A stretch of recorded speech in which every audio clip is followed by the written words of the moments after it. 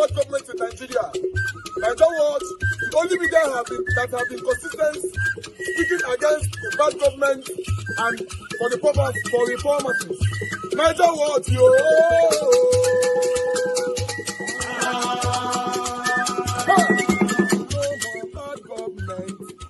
No more bad government. Nigeria Watch. No more bad government. Nigeria Watch. No more bad government. The only media that have been speaking. No more bad government. The voice of the voiceless. No more bad government. No more bad government.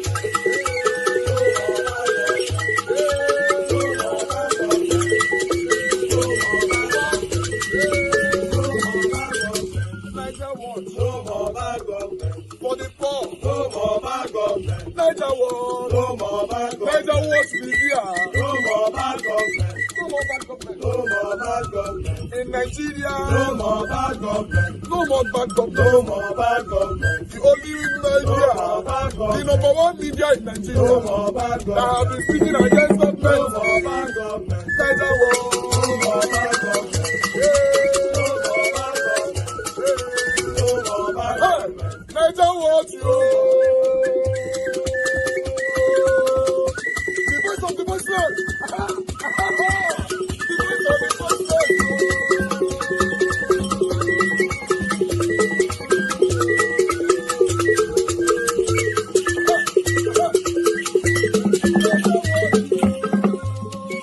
Voice for the voiceless.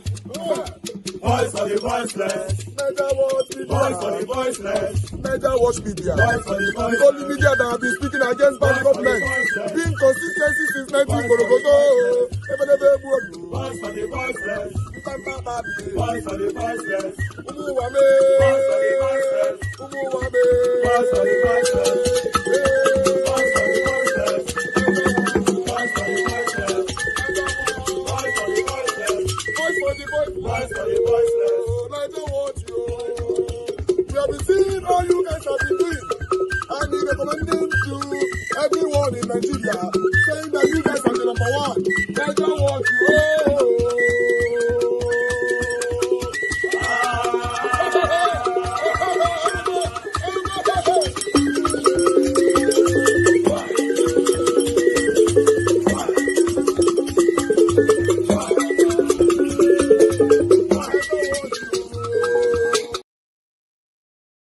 All of you whose parents believe that television was a black box of the devil, please Ask stop them, fighting Daddy Kumuyi. Sometimes ask your parents too. Ask I'm your serious. parents. It's not a fight. It's not insults. They Dad, you're a want that professor.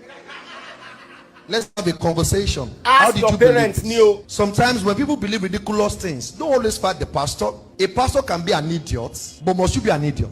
Did you go to school?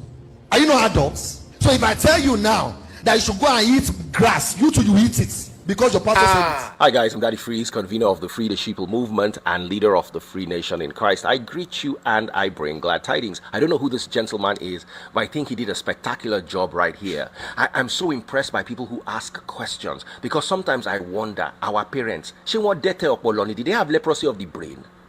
And the most questionable thing is, these people were doctors, lawyers, engineers, accountants, pharmacists. But how come, in the face of obvious lies, they couldn't question the faith? 2 Timothy chapter 4 verse 3 tells us that indeed a time is coming when people are not going to look for sound doctrine. Instead, they'll be looking for people that say what their itchy ears want to hear.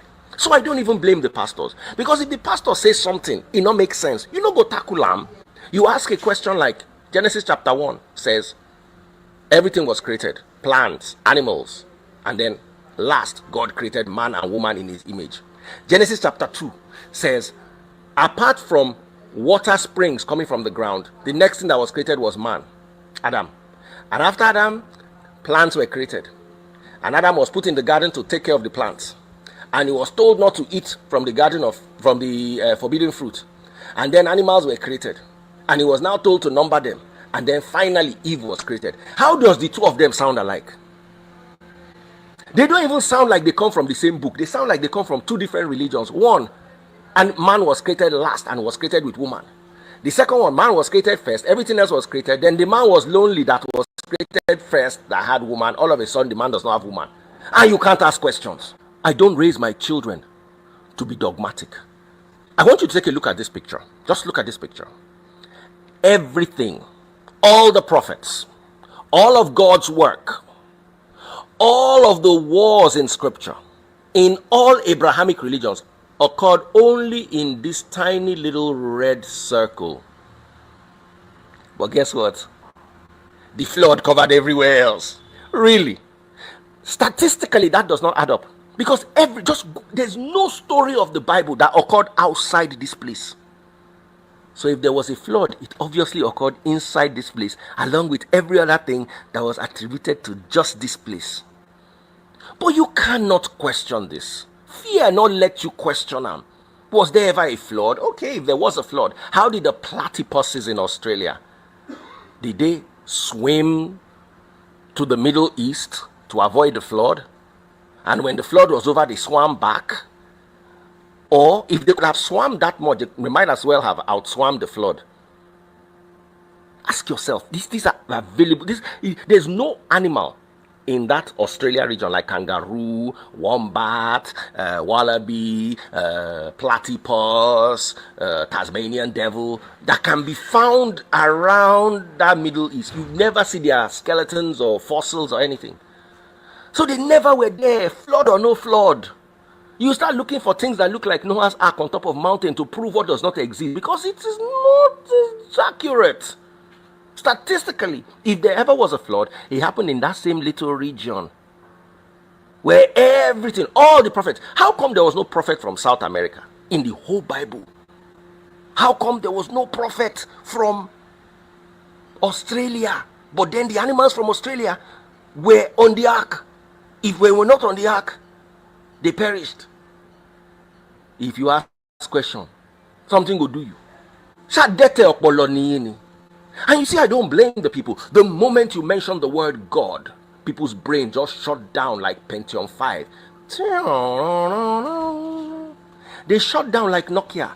The moment you just mention the word God, people stop thinking. God does not want you not to think. God wants you to ask questions. I'll give you another example. There is no biblical example of a devil falling from heaven and bringing down the angels with him as the fallen angels. It is in Revelation. If you read Revelation properly in the proper context, Revelation chapter 12, if you read from verse 7, you see it's talking about the end times. There are two translations of Revelation actually. The more accurate translation is the life of Nero, 1st century CE. And the second translation is the end times. None of them happened before creation. So the idea that the devil fell does not exist in your Bible. Something similar exists in the book of Enoch, but the book of Enoch is not in the Bible. And when you ask why the book of Enoch is not in the Bible, they say it is not God-breathed scripture. Please, which scripture did God breathe? Then, when the more reliable scrolls were found among the Dead Sea Scrolls in Qumran, there were more copies of the book of Enoch than the book of Malachi, for instance, or the book of Samuel, for instance. So the book of Enoch was definitely at some point scripture. The book of Jubilees at some point was scripture. So how did it no longer become scripture? How did it fade out from being scripture? Simple, because somebody back then told you not to watch television because television was the box of the devil. This time they weren't telling you about television, they were telling you about the book of Enoch. And tomorrow it will not be either the book of Enoch or television. It will be something different because somebody got a revelation and your parents passed down to you the innate ability to question things. I wouldn't call it an ability. I'll call it a pure disability. How do you see something that is questionable and you can't question it? There were 4 people on earth: Adam, Eve, Cain, and Abel. Cain by Abel. Then Cain asked God to make a mark on him so that anybody will see him no go buy him. Please, who won't buy Cain? Should na him mama knew or be na him papa? Because now 3 of them remain. Read it. Then Cain went to marry a woman from the east. This is the God-breathed scripture. Please, who are the people in the east? Now, when you go back to the book of Enoch suggests that he had a sister and he went to marry a sister. But once again, the book of Enoch is not scripture, because they say it is not God-breathed. Please, Learn to ask questions. Raise children that will question you, not children that will believe foolishness. Ask questions. So you will not drink Kool-Aid. Ask questions. The people that told you not to watch TV in the 80s, they have shows on television now. How did you watch them today? Is it not television? But television was bad at one point in time. I need you to learn how to question the narrative. Stop being gullible. Ask yourself, can this thing really be like this? You are not a devil for questioning what looks ridiculous.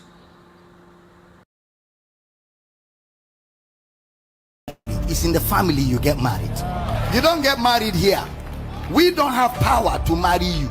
You marry between your father, between your family and her family, because marriage is cultural. Marriage is not church. Marriage is culture. White wedding is not in the Bible. White wedding is a white man's culture. All right, guys. Once again, I want to welcome you back to church today. Concerning this, between your family and her family, because marriage is cultural. Marriage is not church. Marriage is culture. White wedding is not in the Bible.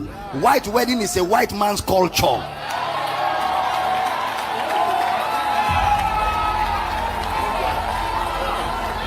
Dike, let me go back to what I'm teaching.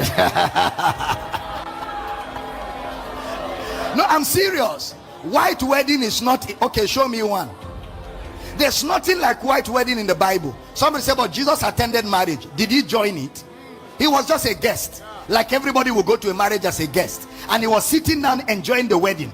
I mean, they were doing their marriage. Jesus was just sitting as a visitor. Then wine finished. The mother said, oh boy, their wine has finished. He said, woman, look, my hour has not come. I beg, help me, I'll do something because the wine is finished. Then Jesus said, excuse me, come, ushers, come. Those empty water pots, fill them with water. The mother said, whatever I tell you, do it. So they filled. He said, take and give the governor to drink. Miracle has happened. Jesus only came as a guest, and when a need showed up, like God will always do, he did a miracle to help. He was not the one joining the marriage. He was a visitor. Are we in the building? Are we in the building? And it was not in the church he attended the marriage. It was traditional marriage he went. No, I'm not joking. I'm very serious. I'm teaching you Bible here. Why do you come to church?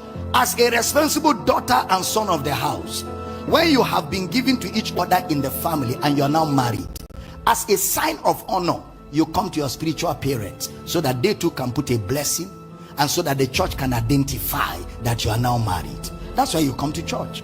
But if you don't like to come to church, you can ask pastor to come to the family. So the moment they hand two of you, pastor will bless.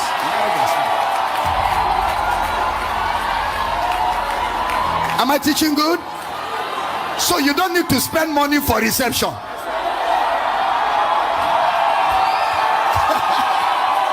You use the money and start a business for your wife. I feel like I'm teaching good in this church. If you're catching my flow, shout flow on. Okay, sit down first. Sit down first. No, I'm very serious. Most of the money spent in white wedding could have established the family. Then after you have done all that, you now start paying. You'll be paying credit. You'll be paying. Instead of being happy in the marriage of you, will start fighting and quarreling. Because so 1 year of sadness because of white wedding. For who now? When that small money could have started a small kiosk, and money will have been coming, and two of you will be laughing and happy and be saying, when Jesus in the family, happy, happy, oh, happy, happy, oh, happy, happy, oh, and Jesus in the family, happy, happy, oh, oh, happy, happy.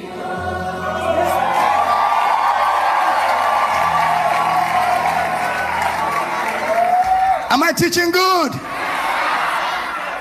So when you don't have the money, tell pastor, I want it quiet in the office. Come with your girl to the office.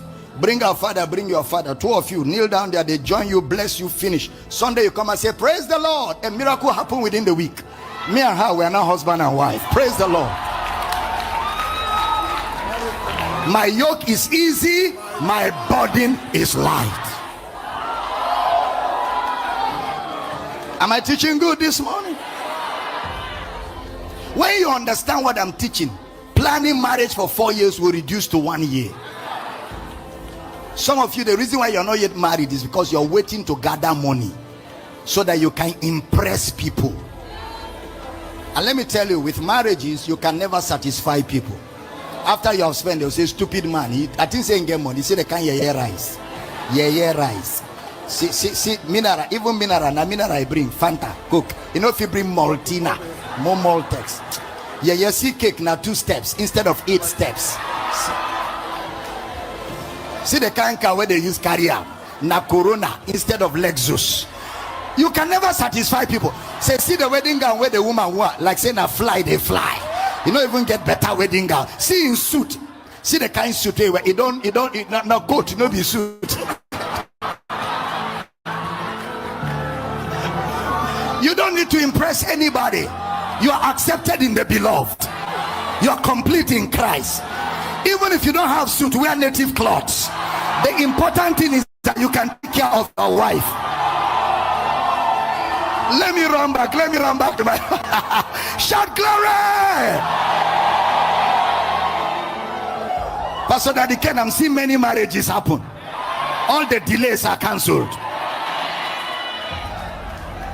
Am I teaching good? Let me tell you, if you don't have the money for reception, just start business for your wife. 2, 3, 4 years in marriage, by the time you're 5, you have gathered some money. You can now throw a party and celebrate 5 years in marriage. That party will be without stress. You will not borrow to do it. I don't know if I'm talking to somebody. Sometimes it's the sisters, sometimes it's the sisters, sometimes it's the sisters, sometimes it's the sisters. I feel like talking to the sisters. I want to talk to the sisters.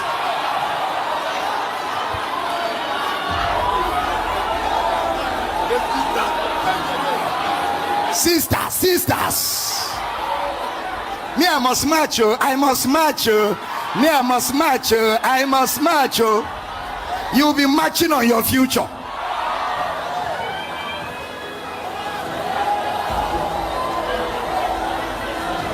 I will not teach you what I did not do. On my wedding day, there was no reception. No reception, no food, no drinks. On my wedding day. And I didn't wear a suit. I wore babariga. I wore agbada. Because that's the material somebody dashed me. So I told them, sew agbada. For me and my best man, 2 different colors. Because they were 2 different material. My shoe was 140 naira. They bought it in a bar by Boto Park. Now shoe they marry. Now me they marry. There was no food though. I'm not joking. No reception, no food. You were there now. None. I didn't have the money. The guest speaker, Bishop Fredado, who came to join my wedding, I couldn't even afford his transport fare. He came by himself. He found a hotel for himself. And he went by himself. Because of relationship. Yeah.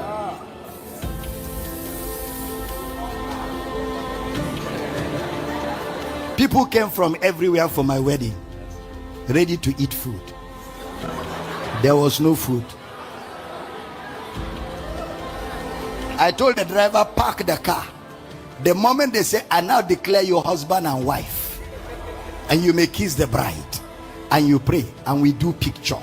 I told him, when we are doing picture, park it well. As soon as we do picture, we enter the car. We are gone. However you will go, is the same way you came. Now I'm serious. It's my friends that contributed money and bought drinks and food. I was not aware.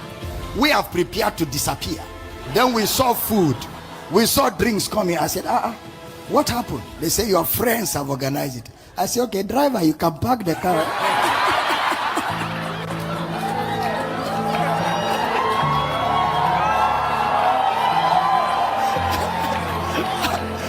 Park the car, let's stay.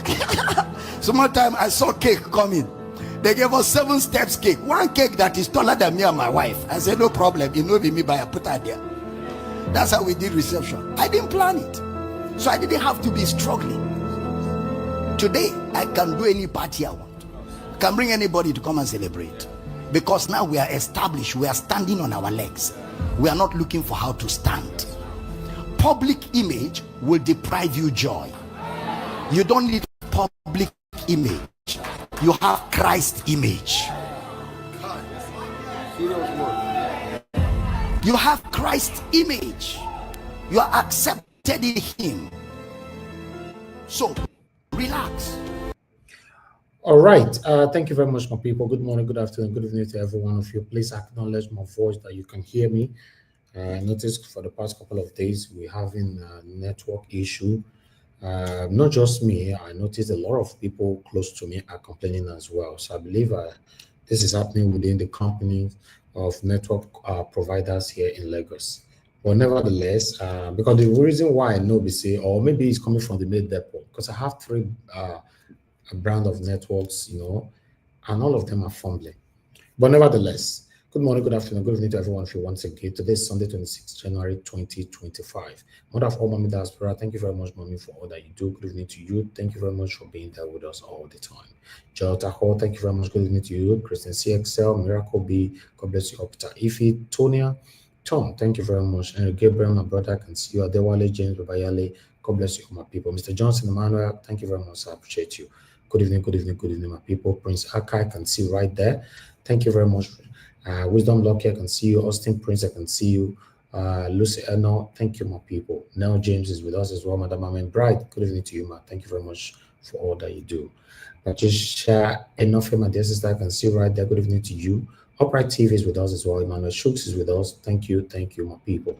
Sabavo Okwonga is right there. Peggy Modi, thank you very much, ma. Good evening to you. Kisnogera here in the building. Good evening to you, so I appreciate you. Then we have him, who again? Okay, thank you very much for acknowledging my voice. God bless you all, my people. Love Maduka right there with us. Michael Oganemaro, good to hear from you, sir. Good evening to you. It's been a while. Showmaf, I can see you. Thank you. Nobleman, I can see you as well. Timmy Dibe, and many, many others. The Progressive NG, my lovely brother, Mr. Hakim, Happy New Year to you. Thank you very much. Good to hear from you. Yes, my people, on this story, we have 2 topics today. We have politics. You can see right there, we have politics. Peter Obi might lose in 2027 without coalition. Dike will take us through on that shortly, but this particular topic we are talking about right now is a very, very important one because we still have extension on it, but I want to say something quickly on this. As you know that many of us as human beings, we are living under pressure. We want to please the public, not pleasing ourselves. I've talked about this thing to my friends, to people close to me in a gathering and all that, telling people that, your happiness is very, very important. You trying to get married to somebody, some people even go to the extent to borrow money in the bank just to plan their wedding. You go borrow money I don't understand, go borrow money for bank to plan your wedding. It doesn't make any sense to me, now, there's a pastor, because I don't know why some people kick against this pastor all the time, because he's tackling many pastors in Nigeria. People are kicking against this man. For me, this man always speaks the truth. He's telling you today that white wedding is not our culture. You're going to engage in white wedding. That now we both culture now be that they're not saying you now Vasabi now we take it to him. He still went on say you going to the church, you call it Christian wedding or whatever you call it, because you want God to bless it properly. Over Sabi, they say they don't send you. The main marriage where God will bless, we know for you as an African person, na traditional wedding. Go and pay the bride price of the woman. Make the accountant for your hand. That's it. You have done it. But you see a lot of people, even wise, most wise, put you under pressure by saying, oh, my friend, do white wedding. Do white wedding with me. This one, a woman, we don't pay a bride price already. She'll still put you under pressure. Take me go church. Take me go, what do you call them? The Igbo one. Wear that way that they wear for head and all that. I wish many people will learn. And for those of you who never married, where they listen to us, or that I'll play back this video, or that have already listened to this particular video, for you to understand that you don't need to put yourself under pressure for you to marry. It's very, very important. Because some people, they put themselves under pressure and say by force, by fire, but it's not necessary. The main one that we should respect and honor is the traditional wedding. I understand some people will argue this, but that's fine. It's open for argument. You know, if you want to join us later on, you can talk about this particular one. Should people still continue to put themselves under pressure, borrowing money, rent cars? Don't forget to they go rent cars, rent hall, cook for credit, rent bag of rice, rent goats, rent water, rent everything. After wedding is only for one day, right? After wedding, you see the husband and wife will come, they look themselves, they'll not be, you know, you see Pastor talking about the money that you're supposed to use for these kind of things, you can use it to invest on your wife, which is true. And after wedding, and they'll come, they look themselves, they manage themselves. You know, we've seen lots of weddings that they've lavished lots of millions on, and the wedding, in most cases, lasts 1 month, 2 months, 2 weeks, 3 weeks, 3 months, less than a year, and it's over. So what happened to all the money that I spent? You know, trying to impress everybody. We will land with a helicopter.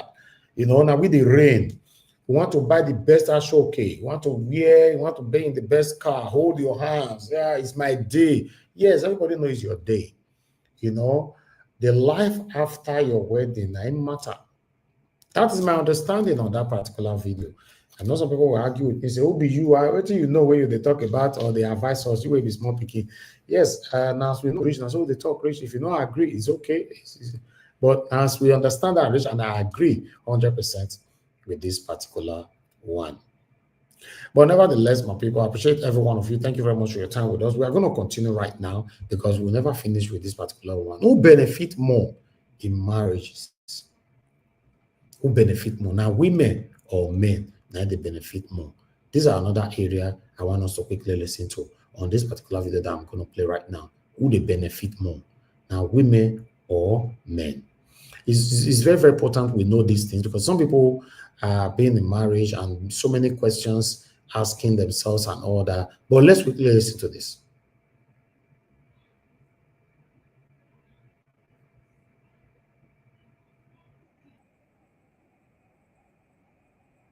Marriage favors women more, and this is my reason, right? So if marriage does not favor women more, men will be the one going to Shiloh with women's. Let's begin from this. Now look at it this way: you get married, and in fact we are even still grappling with the idea of your money is our money and my money is my money. I think the conversation here is that men have accepted that this is the type of necessary loss that they have to do by getting married and providing for their partners. Because you have money, you work for money, you give the money to your wife and your children, and if you die tomorrow, the children are the ones that are going to take care of their mom. Even in most cases on Twitter, we're having conversations that a lot of men are deadbeats, a lot of men are not around, they don't engage in their children's lives. Reason being that the man is out there pursuing money while you are in the house, taking care of the family, taking care of the children, doing everything. So this is the wholesomeness you're talking about life. Because when you're talking about wholesomeness about life, meaning about life, it is getting into families, starting families. Using Nigeria or Africa as a context. We all went to secondary school, yeah? And we all had plans. A typical woman's plan is this: I graduate, if I don't get a job, I get married. At the time, No, let's be honest with ourselves. Let's be honest. That's why I said a typical woman, they see marriage as an option to a better life. Let's be honest with ourselves. That's why women marry up and they don't marry down. But for a typical guy, he sees marriage as just married. Let me get married to somebody for companionship, and that's why men in our settings can always marry down. In the Western society, marriage favors the woman. So when you get married in the Western society, as a man, you lose your rights almost completely. You're like walking on eggshell. Yes, you're walking on eggshell because you know. To answer the question, I won't say it favors women more or men more. I would say both parties. There's something my friend, I'm sure some of you know her. Polani, Diary of a Kitchen Lover, there's something she used to say. In whatever you do, marry a very kind partner. I'm not going to say man or woman. Marry a very kind partner. Okay? Now let me tell you something. I feel like women have the power to win over whatever you want. And that's what I noticed most women are not utilizing. You think the marriage does not fit? I'm talking from experience here, okay? I can tell you categorically, 8+ years in marriage, what I want in my house, with the power of influence, respect, it happens. I get what Osas was saying. She's not wrong. I mean, when you want to group people, we always have exceptions, right? Yeah. Now, I'm talking about kind partners, emphasis on kind partners. You talked about HR. I'm sorry, I don't know the kind of organization you recruit for. What you're saying is not true. I worked in a multinational company for 8 solid years. Women are on top with children. So what you're saying is not true, baby. So, as long as, forget statistics, there are many there. As long as you know your onion, you will grow. Take it or leave it. Okay. It favors both men, it favors both women. I think at every point in time, when they say it's based on statistics, so when we say this happened, we're looking at what percentage. Because sometimes when we talk, some of us here will be shouting. It is because you know and you are here. But look at it in the larger society, people who don't have the privilege we have are more than what we who are here have. So you cannot just be shouting here because you think you're here. Look at the larger society. But for me, very importantly, let's face the question. Who will the benefit pass? So then the first question is this. If you feel is a man, why do you go into marriage? And if as a man you feel is a woman, they're not going to marriage. So the reason people come into marriage is because they want to be married. And if you both are married, then understand that you are both enjoying it together. Because at the point you cease to enjoy it, you go your separate ways. So the question of, because if you talk about children, just the way the women feel, I also want to come back to you, sorry. You were telling us about being a resource person. If I ask you today, what is the percentage of the men you employ as compared to the women? Women are more prone to get jobs faster in Abuja than the men. Do you understand? Than the men. So when you are saying all of this, we should look at it holistically. It benefits the woman based on what he wants in marriage, and it benefits the man based on what he wants in marriage. Okay, thank you. So let me start from the last part of women getting jobs in Abuja. As a career person, I would say categorically that the jobs that you think women get are most low-income paying jobs. The high-paying jobs also goes to the men. Forget the fact that we have been fighting this issue of equal rights for women. We still have a long way to go. The population of women in Abuja is still more than the men. So when you check the percentage of the employed ladies in high and good paying jobs, it's still very low. I tell you, a lot of women are either entrepreneurs. Just take a statistics of what just happened here when we were doing introduction. The ladies are here, most of them are self-employed. A lot of the ladies in this room are self-employed. Very few of them are employed. And when they are employed, how many are in high positions in the organization? That is all you and women are still fighting. Now, I once read somewhere where somebody said that marriage certificate should be like driving license. When it expires, you choose to renew it or don't renew it. And I agree with that person because marriage initially was supposed to favor both parties. And first of all, it favors the man because, take for instance, I'm married and I left my father's name and answered my husband's name. Some people don't even know my father's name because I married early. So they never heard of my father's name at all. So who gained? The man gains, right? Then in the other part of it, I think that both parties, I think that both men,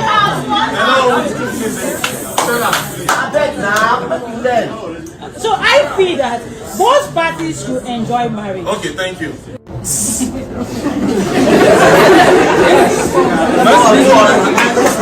will actually ask the question. Hello, what of this? And the answer is, it really depends on what we're talking about. So, in traditional societies where men provide, men clearly have the advantage, right? So, because he who pays the piper sets the tune. So, because men have access to more resources, and because we live in patriarchal societies, in traditional societies, men's excesses are more,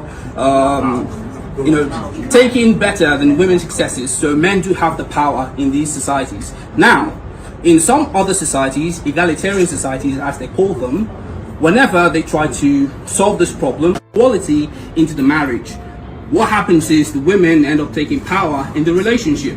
So in Western societies where women have equal rights as men, in marriages and relationships, men are ruined. Most of these marriages end up in divorce, and it's really messy for these people. Like, I think, I can't remember, I don't really have the statistics, but it's a scenario where whoever has the most power benefits from the marriage. So in other words, in Western societies, women have the advantage. In traditional societies, men have the advantage. It's not a matter of who's good and who's bad, it's all a matter of power. Who's got the power sets the tune and determines who's got who benefits from the relationship. Hello everybody. Yeah. So I'm going to put perspective into this for my profession. I'm in human resources, and a lot of my job is recruitment and stuff. So one thing I can tell you for free is, if a woman is married, especially as an entry-level professional, she has shot herself in the foot. I have worked with a lot of employers who will tell you, we don't want a married person for this role. They're 100%. So it happens, we don't want a married person, we don't want a pregnant person, we don't want somebody who has kids. So, and this is global, it's not even Nigeria. Globally, once a woman gets married, her profession takes a step, her career takes a lot of steps back. It never happens to a man. A lot of time you hear people ask women, how do you juggle family and your career? Like, this whole thing of women have limited time is what they is. It's just like a mental slavery. I think men are using that to just deceive the women. Let me use the word deceive the women, or let the women feel as if we can settle for less, and we are the one at an advantage to benefit from this thing called marriage. Okay. Presently, I feel like now, although I didn't have that belief before, but I feel like now marriage, men benefit more from marriage, because right now I think so many ladies are even very okay going out with married men. Like, they don't even really care. And then some married men are very, very comfortable to have a wife and then have a girlfriend, and then they are having this liberty of living a life that they want, and then let's say two doubled life, the life that makes them feel responsible, and they feel like, and the life that makes them feel like they are really living the life, like they are enjoying themselves. But women, when a woman is married, like I'm talking about African women. Okay. Like, there's this tendency, like our mothers have taught us loyalty. Okay. We have to be loyal to our husbands. And then you see when in the case of when you hear a woman cheating, or a woman cheated on her husband, you see that there is more audience, like people are more criticizing, like, why would a woman do this? But it doesn't happen with men. Even when you say it to men, you see people say it's a man now. This whole ideology of saying that men have it better in marriage, this is a fallacy, is a lie. Most men actually giving them, they wouldn't even want to settle down. That's the truth. Wait, hold on.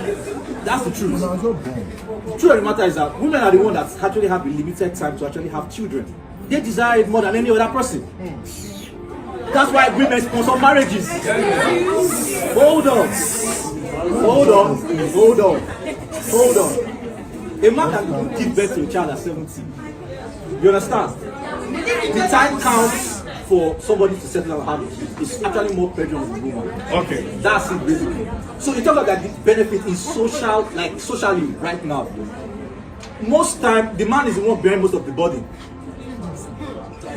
Okay, thank you. Oh, wait, hold on. Thank you. I believe marriage favors men more than women. In Africa, please, let me say this. Because, number one, a man can actually misbehave the way he wants, and the family will be begging the woman to forgive the man. A man can cheat on you. They will come and beg the woman to stay. Where will you leave your children? Where will you go? If you leave, another woman will come inside. Even if the man is beating you, they will tell you to be patient and be praying for him. Meanwhile, if once a woman even disrespects a man, they'll go and call village meeting on that woman's head. Most times they won't tell the man to marry another woman so that the woman will calm down. So you cannot tell me in cases that women enjoy marriages in Africa. I'm saying Africa here. Because we Africans, we believe when a woman is suffering, that's when she's a good wife.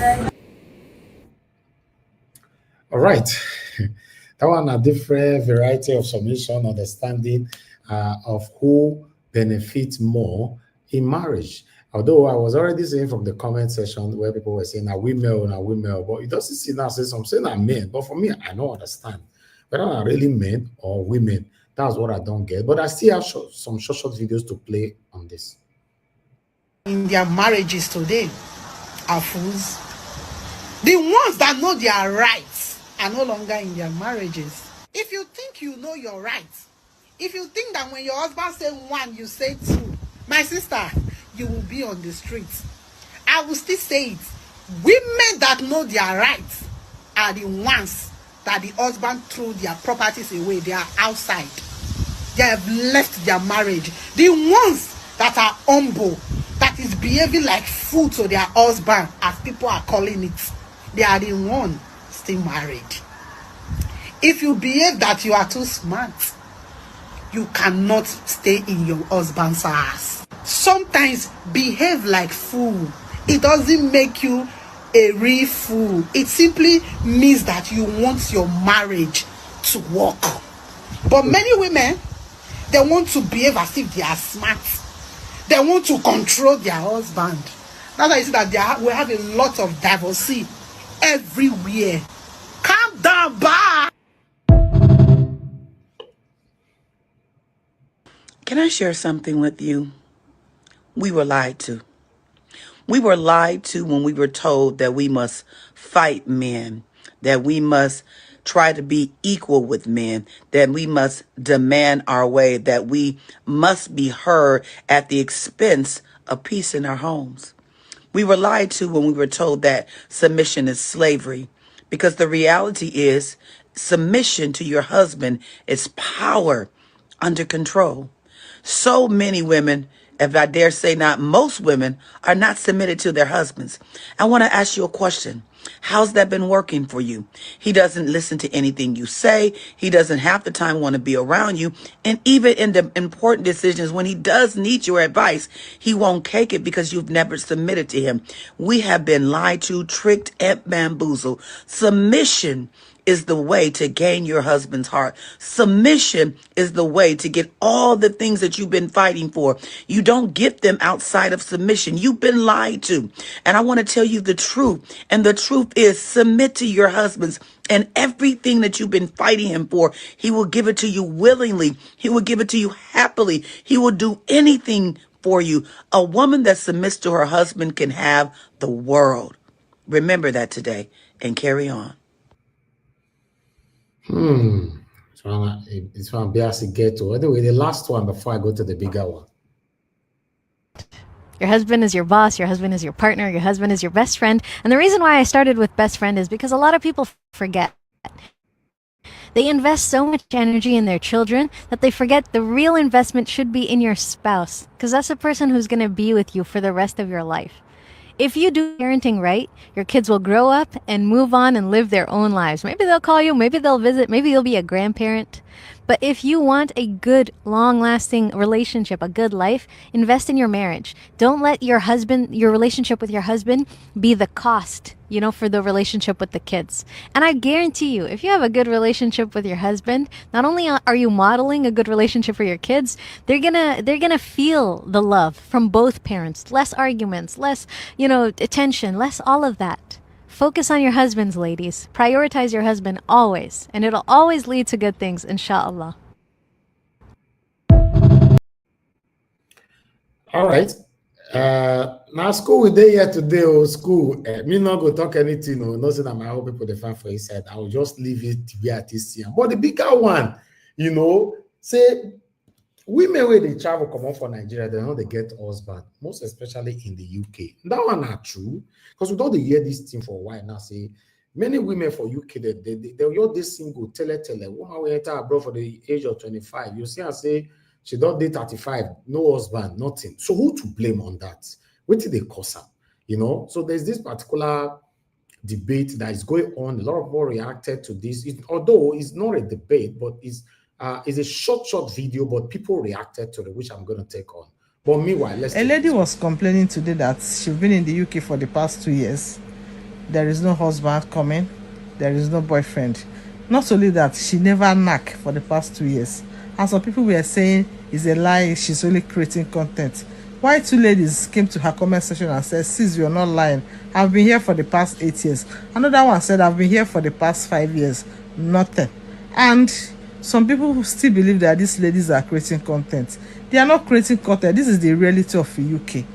As a single lady who is migrating from Africa down to this UK, just have it at the back of your mind that you might end up not having a husband and not having your own kids. This is the reality of UK and Western world for you.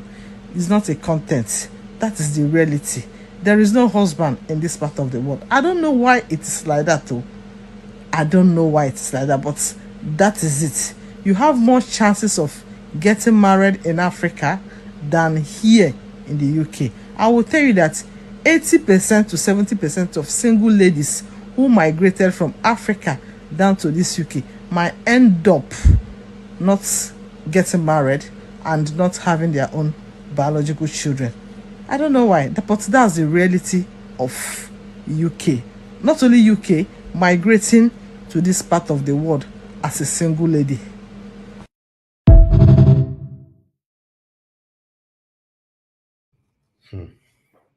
This one, people react to this one. Now there I can't go carry people reaction because they make I carry them, I can't give one and say, what do you mean? No, I don't know anything like that. And learn all of us they learn for here. But let's take this together. The first reaction I did your screen to see what people are saying. I like to read. Guys, press on the like button, help us to share. Press on the $sign, encourage our work here. God bless you. You can see officially said, there are husbands in the UK. Now they pack 7 days shift in a week. No time to even look after yourself. Do you think husband will fall from heaven? I have about 7 men disturbing me in this UK. What are you even saying? Question. Good men fool everywhere, I beg. Take yourself out. Stop wearing too much baggy jeans. Be a girl. Do your girly things. Be intentional. Pray to God. Eat good food. Always put beautiful smiles on the road. Have good sense of humor. Stop being too serious because the country alone is disorienting. Your charisma speaks volume. The word where this one talks so say he gets several men with the disturber right now. No, I'm not so people lambasted on her, but a lot of people who lambasted on her went to her page, made them go look how she be. I'm not say me myself, I still go that page.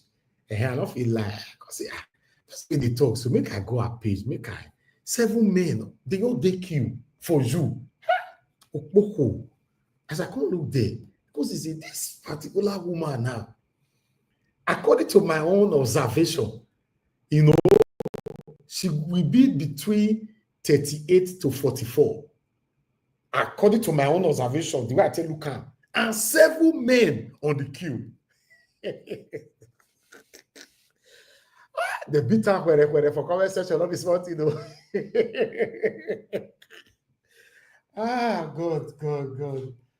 What we will not go see for this social media. 7 men the queue, according to her. 7 men for the UK. This woman is let's say between 35 to 42. You understand? Make me not come aside that I'm exaggerating. Because when I go check herself, I put her name be that. You know, I put on a game for say a name for there. Now maybe that. If you never see a picture as a small rich, so if you the same for this, you know, say this one don't reach 78 years. 7 men, they are on the queue. I bet some of the men when they comment section, when I did this queue. So if you're on the comment section, say hi. the eyes might have it. Oh, the eyes might have it this evening. Just say hi. I felt talk. I say this matter. I don't want to put as I take Siam. That's why I take carry a call. You know, so I want to carry a call. I don't want to talk, but we let's got that reaction. Why this one got talk? Okay, let me be professional. I want to be professional. Don't worry. Not like my day professional all the time, right? Let me be professional. Then Vivian Melody, my guy, can say husband they UK make una not dey spoil our head, oh. Okay. Now them they look for guy where don't settle. Husband they UK, but the women where come, most especially those of them where come go school, that they look for guy where don't settle. Okay. But meanwhile, other people reacted. You know, I have more reactions here. Fekomi said, have you ever wondered how someone sat down and came up with the idea of inventing Dido? You get the point of view now. Although I don't know what that Dido mean, but I just make a copy and I can't give you now. You know, I don't know as this matter take concern with the top for you. This matter concern with the top for you. How? I don't understand. Anyway, let's move on. Then we have another person right here.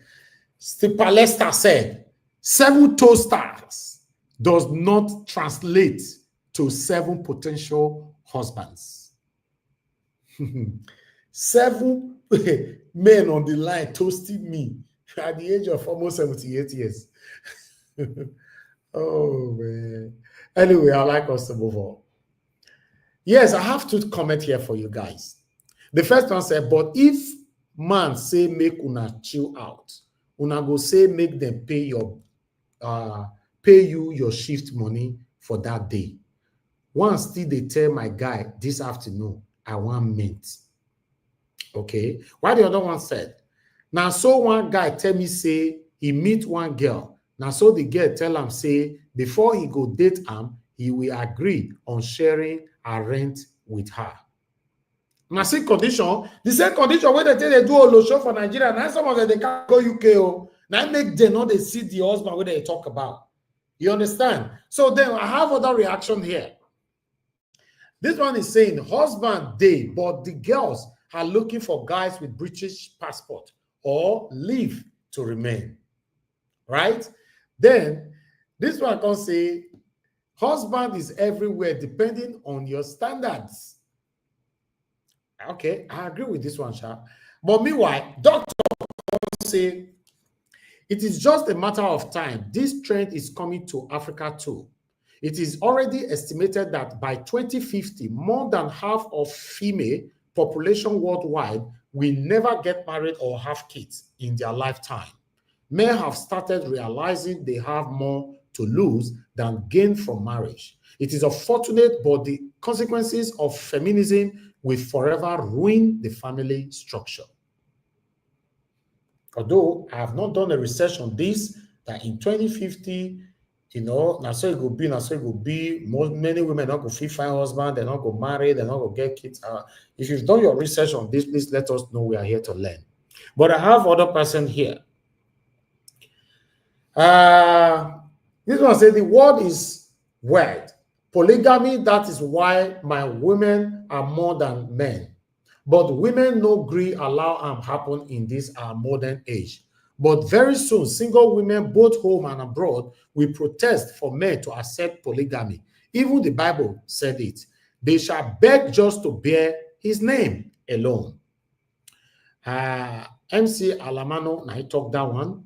While I have another person right here, Danny said, I live in the UK. Most women and men are too busy chasing money. The cost of living is extremely high. If you don't have a well-paid job, you will end up working long hours and going home to rest. Some don't have time to go out. I personally think some of them should take time out and go out more, then they will meet someone. Okay, I agree with that as well. King Contour say, una no get boyfriend and una no go fit open mouth answer greeting. Okay, but I said this king be the greet many of them, they know the answer am. Oh, yeah. Oh, okay. Because say this one when get husbands, they put eyes for outside. Everybody go there, okay, last. And then this one come this come reply and come say them go they squeeze face like pomo wey not soak well for water. Leave them, make them they weary themselves. You know lie at all, my bro. Okay, not be me talk that one. Oh, now read nice day. Not be me talk that one. So we can carry am, I can't give for now. And so now they see am so because this broadcast today, although we still have politics though, but this particular one, I know the one I will talk photo once we start talking. But meanwhile, I still have 3 more to go. I would like to quickly put it on because my software don't full, not be small thing. Let me bring these 3 in quickly so that most see whether they go enter my software right now. My quick presenter for now. As we see them, so the presenter for you, my people. Yeah. This one can say, okay, yes, I don't read that one already. Okay, not the one. That one I read just now. Where's the one why I upload? I mean, I did this. I don't see them. You see now, and the one why I upload, I don't see them again. No, I remove all this one. I think it's elementary just now. I don't mess up. But meanwhile, my people, if I can't find that right now, I don't want it to delay me. But there are more reactions in case you want to go to the platform where I got it from. I believe I don't even know where I get them from again. But still, I'd like us to move on right now. But meanwhile, una know say court dey where they dissolve marriage on behalf of your own wife. Una know. Me no know say Nigeria get court where they dissolve your marriage. You dey sleep for house. A man go court. You go dissolve your marriage and they go dissolve am without your consent. The reason shock me because that can't see the day like that. Make una listen to this. Hi guys, so today a marriage was pronounced dead. Okay, a marriage was given a decent burial today. Guess what killed the marriage? Constant nagging. I never thought that could stand on its own to form a ground under section 15 sub C of the Matrimonial Causes Act, which is that the respondent has behaved in such a way that the petitioner is not reasonably expected to continue to live with the respondent. So this man filed for divorce because of constant nagging. The wife is always nagging. She nags to the extent that it started affecting his health, and the court asserted that is actually a fact that could constitute a ground that marriage has broken down irretrievably.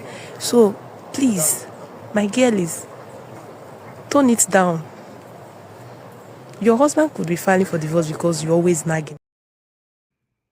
Hey, I don't know say this kind of law dey my lovely country before. So you where they stay for Nigeria, you know say your woman na atarakpa. Now gbidi now your wife be. May you not go die young. Just kukuma when she dey sleep for night. Go court. They said that they open for night, Abi. Go court. Carry paper, go sign. Say, I'm done. I don't want to die young. You dey hear me so? Although they see my way they now go, but the law cover everything. I also get that kind of law until I see this one. The rate where some women take the nag man, go nag, quarrel, shout, everything, shout. Wahala everywhere. In case you want to escape this danger, now midnight when she don't sleep, you pass the back door, go court. Before she wake up, you don't divorce her. You are done. See, life don't they change, oh. Remember tele. Man or woman go marry. If you not quarrel, all your property, for UK, for example, they go carry all your property, give them. But now, you know, they happen like that again if you know the right thing to do. But you not come back and say, I got the space of marriage for you. Well, I love this. Well, I wait on marry for you. Well, I love this. And they speak. And they give some expo to the husband, not first. But for real. You get some expo without there now. Some kind of thing, I'm not going to mention that more. Hey. You know, because I see one old man at the age of 78. I don't remember the year, but the man don't old. No say 78 now, our normal slogan for here. The man don't old. He do video. Many of you way you can go remember this video. The man say house when he buy for over 40 years ago. Say his wife don't finally succeed, and the UK government they don't send that come on. Say I think they talk so now street in there. Say his wife don't they threaten and say now so me and you go quarrel, he go pursue come on for us. So me and you go quarrel, he go pursue come on for. Say finally in this street. This thing happened about 6 years ago. This video they talk to some of you are going to remember. They go pursue you. House where me your suffer. Pay mortgage, pay. Maybe, okay, listen, oh, maybe you don't reach 78 years. That time, now that woman could press that button. Make it ring, go say, yeah, Lewa, get out of this house. How far? How you want to do? I talk and just and say, I don't want to talk for this matter. I don't want your talk at all. I'm here to present it. If people join this broadcast today, if you talk, if not, I will end the show. I want to make I see comments. But if you not look for those of you where they come out for abroad, now go marry for Nigeria and all that. The woman don't come, like can't take all your properties, come off for your hand. How far? How you see that matter? I don't know whether they happen for another country. They talk about UK. Oh, I'm not generalizing now. As we see, I'm sure they talk about. But there's other thing that is also happening in abroad. You know, it's affecting a lot of Nigerians in abroad. Let's listen to this. It's possible to be in abroad for 20 years without having nothing to write home about. It is very possible to be in abroad for 20 years without even having a plot of land. You just came abroad under 3 to 5 years. You are not sewing your coat according to your size. Forgetting that abroad, you don't plan your life. Even the system plan your life. You they receive 2,000 euro or pounds. The house where you rent now 1,200 euro or 1,200 pounds. You never pay other bills. Oh. You never pay electricity, food, water. Tell me how you will take make am. On top of that, you can't still carry family problem for head. You left Africa. You said to yourself that you are going to find a better life. You never better your life finish for abroad. All the whole family problem. Now your head the day. How you go take make am, my people? Help your family with little. Do budget. Oyibo where you come meet for their country. All of them go with budgets. Only you go pay your sister's school fees. You go pay your brother's school fees. You go take care of your family. Now you give your sister belle. Those children not get papa. Must you carry everything put for head? Imagine you will never help yourself. Where say to yourself, say you are going to find a better life. Your life never better for abroad. And you they try to better people life back home. How can that be? A lot of people have made this mistake. I tell you, with the love of God, a lot of people are here now, 20 years, nothing to write home about. We are not laughing them, but we are using it as an educational purpose to advise people so that they will not fall into it. Even a lot of people, 20 years, personally, I know people like that, they don't even get documents. Sew your coat according to your size. Many of you now they put on yourself for that problem. You want to impress people. Before they ask you for 20,000 naira, you don't send 200,000 because you feel say you don't arrive. You being in abroad doesn't mean you arrive. Living in abroad doesn't mean you don't arrive. No. Now the day where you enter abroad, now that day your struggle starts. Why trying to impress people? Waiting you not get, you they make people to feel as if you get. Why? Now many of una they put una self for the problem. Wait, be say at the end, when una don't old, una go look back, una see so una regret. Nothing to look back on. Many of you they thought say life start at 40. Now for many people, regretting life start at 40. Sickness life start at 40. So many things when you reach 40, you will come they look back, say, oh, I waste a lot of time. I should have done this, but I didn't do it. So you say, let me enjoy my life. They waste the small one when they get. You know what? Save now. Thinking that life start at 40. My people, you go cry. I know the last comment of a fool. No matter what you they collect for this Obodo Ibo land, try they save something. Learn to say no. Let people back home understand, say no easy yes. Try to they create that impression, say you have arrived, you are a millionaire. You know you are not a millionaire, my brother. Many of you can't even eat good food. You go to food bank where food don't expire, go collect. But yet now you go carry money, go back home. Because you already create that impression, say you are okay. Many of you time go even call, they want to do document, general document. You don't have money to bring come out. A lot of people, they fight document 10,000 euro, 10,000 pounds. When your time reach, you cannot have that money to take fight your papers. Because the time where you they get the money where you're supposed to gather, you can't send down, go home. You make people back home believe, say, abroad the heaven, say you they pluck money, and you know, say you know they pluck money. 2025, arrange yourself. No matter what you they collect, saving can help your life. Oh. Save, oh. Cut down the things where you they buy. You don't need to impress anybody online. When Yawa day, people on social media don't care about you. Let me shock you.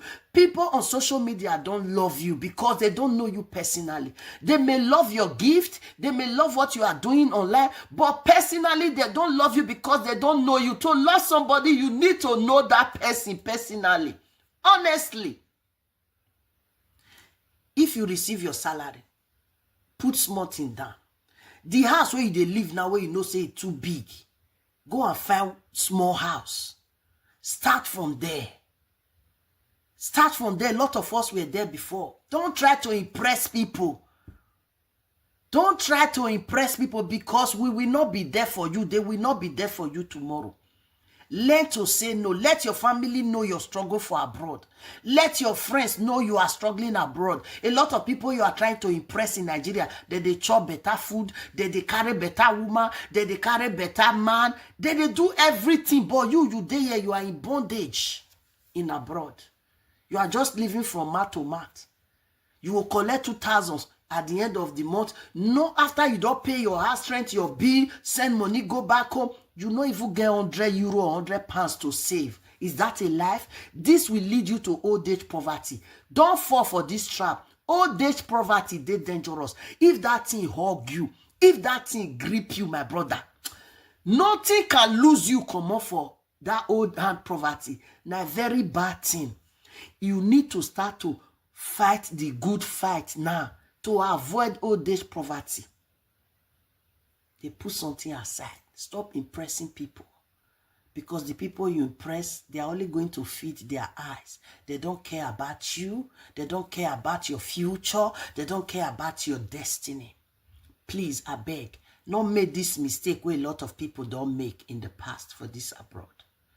Okay? Because abroad is not the headquarters of money. We all they work, hand work. We know the way they hard. We are not 419. We are not Tolosho. So we know what it takes to get 10 euro or 10 pounds for work. I beg, spend your money wisely to avoid the story that touched the heart. It is not good seeing a lot of people who have stayed in abroad 30 years, not even a plot on their name. It's not right. If you ask them very well, they will tell you how they have carried their family problem for head. What about those with the... Okay, my people, we need to move on. That message be as it get to Kai. They say life start at 40. Anyway, I talk and just now say this. Everything I hear the present, so I'm just doing my work. Oh. I don't want to talk. I want me want to learn from people today. I want to learn from people. To say our platform here and I learn, all of us they learn. Some of them are going to say, everything can me, everything can me. If you know, so you don't pass 40, and they say, I can't hide me. Now, you know, where you go, you can't hide me, finish now, you don't reach 50. Everything they talk since. Be submissive to your husband. Now, so they talk about, maybe they talk, not call me Mr. Naja Watch for this matter. So they talk calm. They say the one way too clever than they street, the one who they come home, they are still with their husband. So they talk calm. So they can carry all of the come. I can't give you now. But people, I posted a link in case you want to join us. More quick talk about this one before we move on to the politics. Then you can do that. Thank you very much, my people. I appreciate every one of you right there. And God now bless you. Now press on the like button and pause to share. Thank you. I already have someone with me here. Didi Anthony, thank you very much earlier on for the super chat. I'm very, very grateful. May your pocket never ever run dry. Thank you very much, my people. I see all of you now, they laugh for there. I don't know whether anybody call my name, but I know if we go through comment section because I was concentrating reading here, presenting my work here. Thank you very much, my people. Now God, I will bless you now. But meanwhile, before we have more people to talk here, somewhere in Anambra, I guess, you know, for a very open place. So now there they can see people, they kidnap people, they buy people for inside there, they do everything for inside there, for inside open place. We never see this kind of thing before. Watch this video.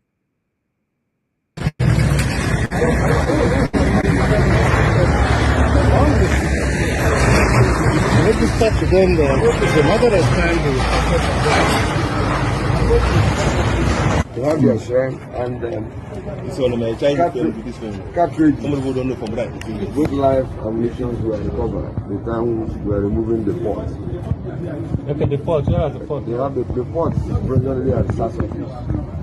Okay, some of the things recovered. What is it happening? See the shrine. This is the shrine. Recovered a pot. The pot has content of blood content, and we have live ammunitions and some cartridges that we recovered from here. We've already moved it out and handed it over to police. The RRS of Koso is currently with them. They kept it as evidence and also as exhibit. Okay, so you can see feathers.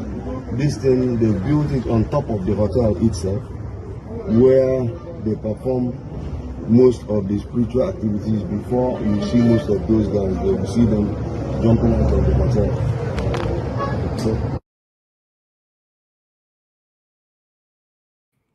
this was very, very sad. That yes, this is happening, you know, right there. Now, where it happened with this? Now, the hotel. Even a girl actually gave a testimony on the comment section that, you know, how she went there. Immediately they drove inside the compound. She feels goosebumps all over her body. She has to tell the driver to quickly leave here, that her spirit is not accepting this hotel. You know, anybody that go to that hotel, 70% of them, they buy all of them. They get the way they enter your room where you don't, they sleep by you, bury you for inside there, take your body organ and all that in an open place. In an open place. This one, according to the hotel, they along Onisha Owerri Road, Ogugu Umweze Village, Oba. I don't know where that one. People who they live for that area go know where would they talk. So, you know, and according to the top one, it said demolition of kidnappers then disguised as Udoka Golden Point Hotel and Suite, aka La Cruz Hotel along Onisha Owerri Road. The hotel has well partitioned grace of over 30 on the last floor with a shrine. Everything was just happening there. Everything was just happening there. Very, very sad. You know, that's what they see, my people. But meanwhile, I thought I should bring that in because all this kind of things is very, very important to give awareness to people for prospective purposes. You know, but meanwhile, I would like to just take all my videos together today so that we can start talking instead of waiting, you know, to comment on particular one and they will take on the rest one. Or what do you guys think on the panel? Should we just comment on the video that we've projected already, or should I go ahead with the politics one sharply and just take all of them together? Good evening, Mr. Ives. Thank you, man. Good evening to you. I think you should take all of them together. It's not better. Okay. All right. All right. Thank you, man. Thank you very much. Let's listen to this. Country at the moment. Do you for a moment think that, well, maybe Nigeria deserves what they get based on what they put in Or what exactly comes to your mind when you have a review of the 2023 election, especially with your own political stance? I just feel we missed an opportunity. So that hurts. I think we're so close to going in a different direction. So just thinking back to how close we came to just taking a different decision as a country, as a people, it always hurts. I don't really think, Nigerians deserve it, because the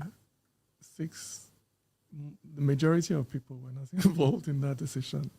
I believe the presidential election was won with like 6 million or something. And close to 100 million people were registered voters. So I think that there is a huge electorate out there that are not happy with what happened. That the majority of people, this is not their decision. This is not a reflection of what they think Nigeria is and the direction Nigeria should be going into. I think that we are trapped in the vision of a minority, and really the task is how the majority can properly organize. I don't think that Nigeria as it is today is a reflection of majority decision about what Nigeria is and where Nigeria should be going. So I don't think Nigerians deserve it. I empathize with Nigerians because I feel there are lots of people like me who wanted different and tried different, and we didn't use violence. We used our words. We tried to persuade. We tried to talk. We tried to warn. And things just didn't pan out the way we wanted. And now we're all suffering it. If there was a way to separate the people who wanted this from people who didn't and let the people that wanted it suffer, we'll be very happy to separate. But there's no way we're all in it together. So I don't feel Nigerians deserve it. I just feel like most of us, this is unfortunate. And we're having to suffer the consequences that we foresaw. Like this is going to happen. With this kind of political culture of patronage, scratch my back. There's never going to be enough money to tackle our issues. When you're out of every 1 naira, you're using 80 kobo to service political structure. What money is left for education, for health?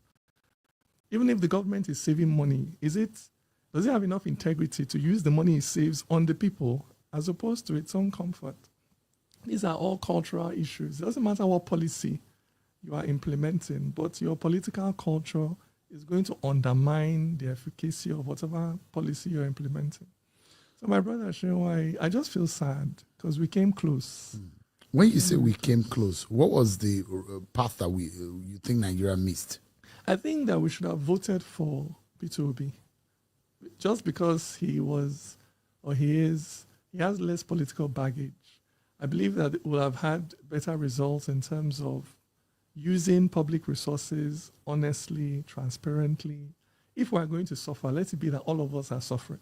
Not that some people are still flying private jets, driving convoys, eating large, and then it's the people that are being squeezed. Ordinary people are being squeezed while the government is living large. At least we'll have had a government where if there is not enough, we'll have seen that there is not enough. Presidents don't reduce in convoy. He's not flying private jets anymore. We'll see that, look, Nigeria is in a tough place, because Nigeria is in a tough place. But the problem is that the sacrifice is all on the people, while those in office are not making any sacrifices. If you ask, okay, how has the government cut down? They say, we reduce the number of people that travel abroad. Is that cutting down? People can't afford food. They can't afford medicine. You're talking about reducing the number of people traveling abroad. So I think that we missed an opportunity to vote someone who would have used public resources in a more transparent and honest manner. That's the opportunity I think Nigerians miss. I imagine that for a lot of people who thought Peter Obi was the standard, was amongst his opponents on those who are on the ballot. He fits the bill, and those perhaps who have framed him in their minds, seeing him in the presidential villa, controlling the affairs of the country, and you probably are one of them. I know that you imagine things a lot, and you have a graphic mind because you have a creative and literary mind, and I'm imagining that when that didn't happen, how much of a disappointment was that for you? I was deeply disappointed. You know, it's you. I put my whole heart and my whole soul into it, and in all sincerity, not because I'm not a card-carrying member of the Labour Party. I'm not even what you would call an obedient.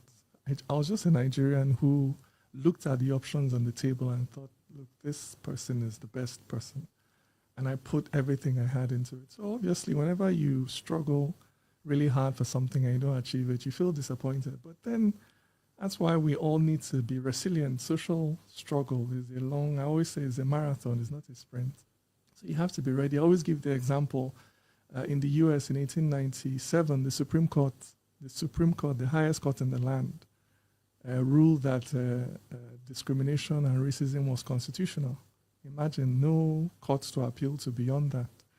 But African Americans kept struggling, and 50 years later, they were able to reverse that decision. But it took 50 years of struggle, you know. The struggle against apartheid, when the ANC was formed. No, I'm not. You don't like it? I'm not an apologist at all. But you believe that the Igbos need to be given a voice? Absolutely. I understand the issues that have given rise. My dad was in Biafra. In fact, my parents met in the Biafran War. You know, both my mom and dad met in the Biafran War. So I understand our issues of marginalization, of reintegration into society. The way as an Igbo man, you're always looked at with some suspicion. Even me that has spent the last 10 years preaching one Nigeria, that people that still ask me what my agenda is. You believe in one Nigeria? Yeah, I do. Some of your, when I say IPOP brothers, because yes, they are brothers, but they believe differently from what you believe. They might see you as a sold out. I mean, this guy is a sellout. As an Igbo person that believes in one Nigeria, you get attacked from the two sides. Do you get that a lot? Yeah, they say you're a sellout, an apologist for the Northerners or whatever. They also think that I must have a government appointment. That's the only way I can be preaching one Nigeria. Somebody must be paying me. And then from the other side, people are looking at you with suspicion. What's your agenda and things like that. But there's no agenda. There's just conviction and belief. You truly believe in one Nigeria? Yes. That for you think that with one Nigeria, that's the only way it can work? It's the only way it can work. I mean, there are those who believe that maybe we are better off, regionally, then in those blocks. When the British came, which ethnic group, which region was able to resist them? Which one? Which one? None. So we couldn't stand against the opposition individually. You can't. So we're better off together. We're better off together. The British never even fielded an army in Nigeria. They would just have a few officers. The people that are coming to fight you are other Nigerians from other parts of the country. It's a liar. The Benin fought them. It's a liar. All this, for me, it's just fantasy. No ethnic group was able to resist colonialism. None. All of them fell one by one. And that tells you that, and it's the same thing, we're facing. I hate when people are economical with the truth. That is also Please, Sir Louis, this is wrong now. There is no the presentation is going on. You are muted. You are muting yourself to speak. That's not nice. You can give your submission about this later on. And it's the same thing. We're facing a global system that is also self-interested. Every country is looking inwards and saying me first. There is no ethnic group that is going to be able to carry the African flag by itself. We must come together. We must find a way of coming together. Not just in Nigeria, across the continent, but we're starting here. So the idea that, my ethnic nation can stand by itself, it's just fiction. So, I mean, if you look at it, for the marginalization agitation, and those who believe that unfair treatment has been melted on the Igbo race. Yeah. To balance these and to treat these, or to fix the agitation or that feeling, what do you think could be done? I think Nigeria needs to be a fairer space. I really think that's why I also say that we missed an opportunity with P2B. Not only was he competent and capable and ticked all the boxes on that level. On the other hand, he was also an Igbo guy. It was an opportunity to heal a historical wound. We can't reach for our future until we heal certain wounds from our past. So it was an opportunity Nigeria had to kill two birds with one stone, to elect a Peter Obi. competent person, yeah, and also to heal a historical sense of grievance with Igbo people. I don't think that opportunities like that they don't come often, and it should be seized, because it shows that as a country, there was once a generation of politicians who understood this. I always say that 10 years after the end of the Civil War, an Igbo man was vice president. It was intentional, because people were thinking about, look, that we have to have a way of bringing inclusion in. It is common sense in a diverse society. People think that when you preach one Nigeria, it means you're preaching, we will not have tribe or no. We're saying that ethnicities and tribes will remain, but let's have a fair way of competing. It's just like when Man U and Man City are playing. As long as there is a competent referee on the field, it is entertainment. Perhaps those who believe that it was right for Olufalaye and Olusegun Obasanjo to, on the different political platform after the annulment of the MK Abiola election, and those who believe it's only fair to allow a politician or a president of a Yoruba extraction to emerge was the way forward. You think that Nigeria has not moved forward from the Nigerian Civil War? Yeah. Is that a feeling you have? Yes, we haven't. There are still issues from the war we need to resolve. Issues of suspicion against Igbo people. The fact that Igbo people are still sort of blamed as a collective for the coups, for the war. These are issues that still even the formation of the Kaduna Nzeogu team and the group, and how many Igbos were in that group, how many of them planned the coup, what really led to, all of those suspicions are still there. And unfortunately, right,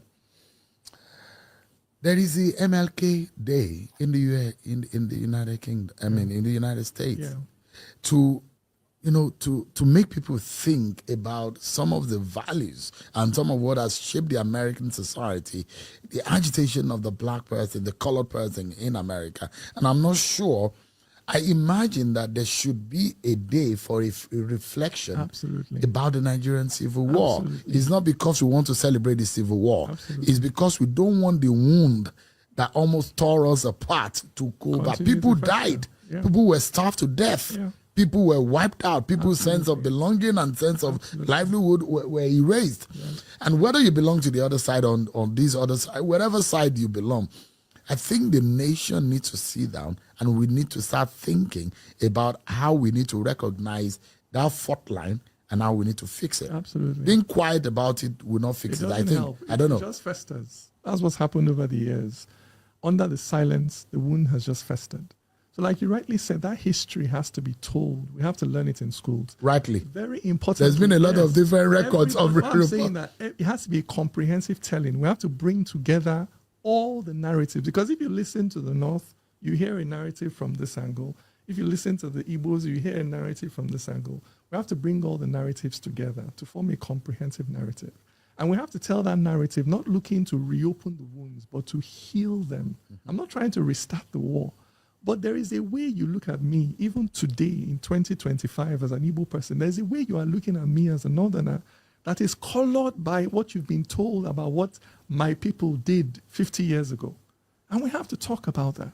You know that, because this is something I do actively. I was somewhere in Maiduguri doing a civic class, and we're talking about the war. And a young Kanuri man stood up and asked me very directly. He said, so tell me, was January 15 an Igbo coup or not? And the way he asked it, I could tell that the issue was still live. He wasn't born as young as he was. He asked me directly, was it an Igbo coup? Now, if we are not talking about these things, and I answered him, I said, yes, most of the planners were Igbos, but it doesn't make it an Igbo coup. The same way that you don't want to stereotype Fulanis today and just say Fulani headsmen are killing people in the bush. You know that it's not every Fulani headsman that is in the bush killing people. It's the same way that as Igbos, the fact that some Igbos planned a coup does not mean that all Igbos planned a coup and should be collectively punished. That collective punishment is always wrong and creates more wounds than the one is trying to heal. It doesn't mean that for instance, I have my views on the first school. To me, it was one of the worst schools in the country because of the way it was organized and planned, and it had devastating consequences for the country. And the way people were killed in that coup is something that we also need to acknowledge that it wasn't right. But it also wasn't right to have a pogrom where people are killing people on the street simply because they are Igbo or they look Igbo. So there were many people that were killed that were not even Igbo, but just because they looked. In this country, pregnant women stopped, their bellies slit open, their unborn children brought out and killed because of their ethnicity. These are things that should never happen. And unless we talk about it honestly, with a willingness to accept wherever the fault lies and say, you know what, that was wrong, we can't move forward. And it needs to happen. And I mean, there are those who think that actively whatever happened in South Africa, not because you want to put some people's backs against the shooting range, or prosecute them or what. Just like you said, to lay the issues bare and know where the fault is and know how to move forward from there. And you saw the reconciliation process. I mean, the nation has to come to a conversation. Yeah. You see, what happens a lot of the times is when there is that conversation that nobody wants to have, then it festers, and there is the more problems start to build. And a lot of people are keeping quiet. They don't want to talk about the coup. They don't want to talk about the war. They don't want to talk about the outcome of the war.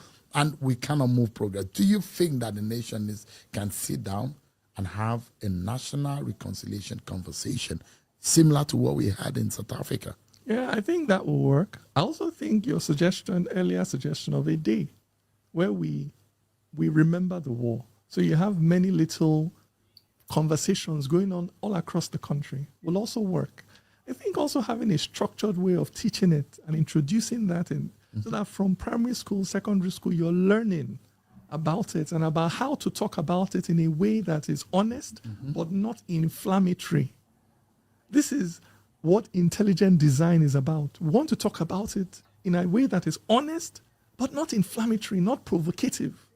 So somebody has to design a curriculum, a narrative that allows young Nigerians to interrogate their past so that they can begin to move forward and so that Northerners and Southerners can start having more open minds towards each other. Because remember, because of the way the January 15 coup went, there is a feeling among certain sections of the North that Igbos can't be trusted. You know, that they can rise up in the night and kill you. There's still that sense. And that's why even me as an Igbo person, I can be walking around preaching one Nigeria, and you're still looking at me like, I know you're up to something. I know you have an agenda. A lot of that lingering attitude is coming from history. It's not coming from me or anything I'm doing. Do you for a moment think in your mind that, because this is very popular, and I do also sometimes get frustrated when I think this is what is happening with the Igbo race as a political group. That the Igbo man is prostitutional in his political activity. And forgive that narrative. But if you look at historically, the Igbo man will likely take whatever and just forget and just say, look, give me and let me move forward. And like our brothers in the North who will, whom a lot of people think that they come together a lot. They organize better. In fact, better than the Southwesterner. There are a lot of people believe that Yorubas are a bit more organized politically speaking. Although there are also issues. A Yoruba president will be more criticized by the Yoruba man. But you have a tendency that a northern president will have a quieter reign when he's in office because his fellow northerners will, but that you will see a lot of the Igbo man will be attacked, pulled down by his fellow Igbo people. That oneness politically is not there. And that is the reason why today we have not been able to have unison, singing from the same hymn book, from the Igbo people to have a common front. Do you see that problem? Is that narrative, is it right politically? Is it what is going on? Do you think those who have portrayed that narrative, is it really what is happening? Do you see that playing out? No, I see it completely differently. I don't see Igbos as disunited at all. I think it's about our heritages, our political heritages. The Igbo political heritage is a Republican one. We've never been a monarchical system. We've always been a Republican system where people compete and contest. Till today, in my Umunna meeting in the village, it doesn't matter how much older you are than me. If you say something that is, I can get up in the meeting and say, there, you're not right. That's our culture. And it has its strengths. Everything has its strengths and its weaknesses. It's also why Igbo society is so vibrant, it's so entrepreneurial, it's so resilient. It's why we survived the war, rebounded from the war, because we are like that. And why you are found in Taiwan, in China, in India, in so you can't you jump on the plane to China. 90% of the people you find there are Igbo people. What powers Igbo culture is not prostitutional. It is creativity, it's innovation. It is also what powers Pathfinder. So it's been described negatively.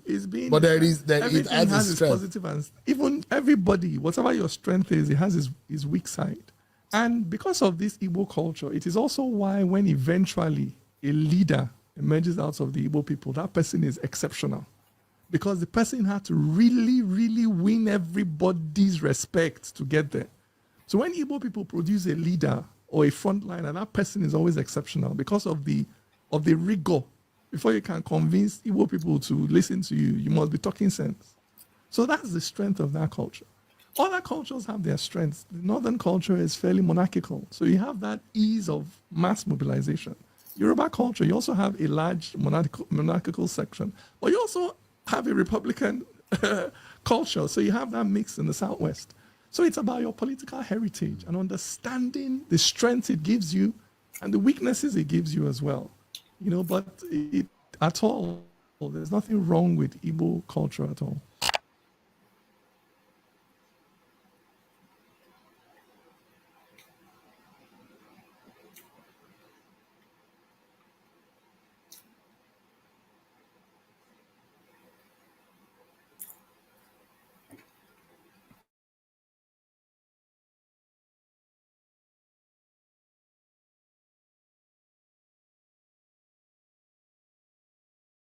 And you've described what you think the citizens should be doing, but within the political cycle, what kind of organization do you think should be happening?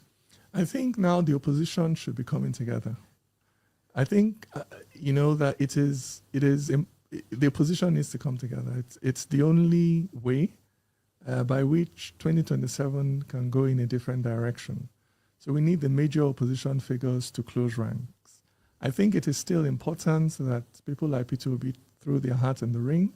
It's important that the world knows that there are other alternatives, that Nigeria is not just looking one way, that there are other people who are saying different. Like I said earlier, even if you're going to lose, sometimes standing up to fight is still important for you to be on the record. But I don't think that an electoral loss is definitely, there's a possibility of winning. But to win, the opposition needs to close ranks. That one is, in terms of the political space as it is today, you can't have this fragmented opposition and win. It's not possible. You don't see that pathway for 2027. Unless the opposition if it goes the way it went 2023, the result might likely be the same. Is that what you see? Yes, because there has been a lot of state capture and key state institutions. Their ability to act independently is suspect. And to counter something like that, you need overwhelming number. We need overwhelming number. So the opposition needs to come together. It can't be just one person talking. And that was one of the problems. Because in the end, the opposition or the other candidates together had more votes than the candidate and won. That was the story of 2023. So the opposition definitely needs to come together. Because it does look like the gameplay as of 2023 and the characters that were in force in the different political parties are still very actively engaging. And you imagine that they are actually organizing ahead of 2027. And on the same platform, in the same character that we see, it's likely that we see a repeat of what happened in 2023.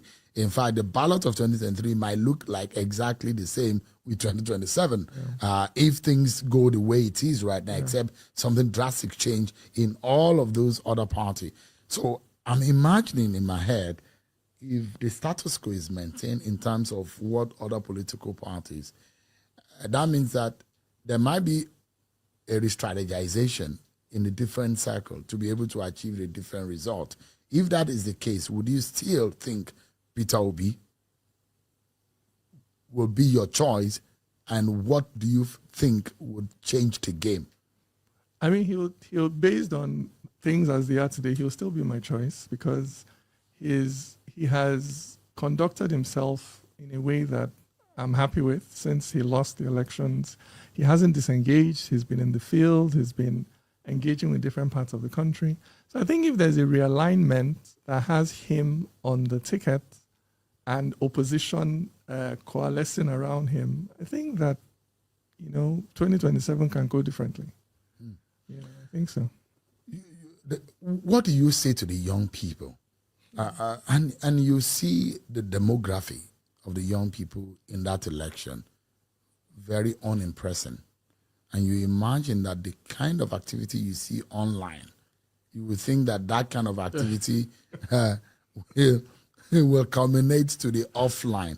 And the offline for me is the most important. Absolutely. Online push, very good. You see a lot of activity. And the offline, if you detach yourself, you will still come back online and complain. Yeah. What do you say to the young people? I know you are not a young man any longer, but what do you say to the young people about their future? What could they be doing right now? And what are the expectations for the nearest future? I would say, look, just what you've just said, that in the end, the activism that matters is the one at the polling unit. That's the activism that matters the most.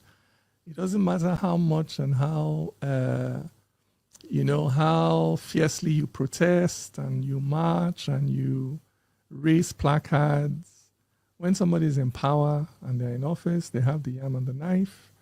They don't really, they don't have to listen to you. They also have their own constituency. So, you can't just come on air and say the president should do this and he does it. Like, why should he listen to you? There are other people also telling him to do what he's doing, and he or she has won. So they don't have to listen to you. So the activism that really matters is that voting day. That's when everything is really up in the air. Anything else you're doing is not as effective.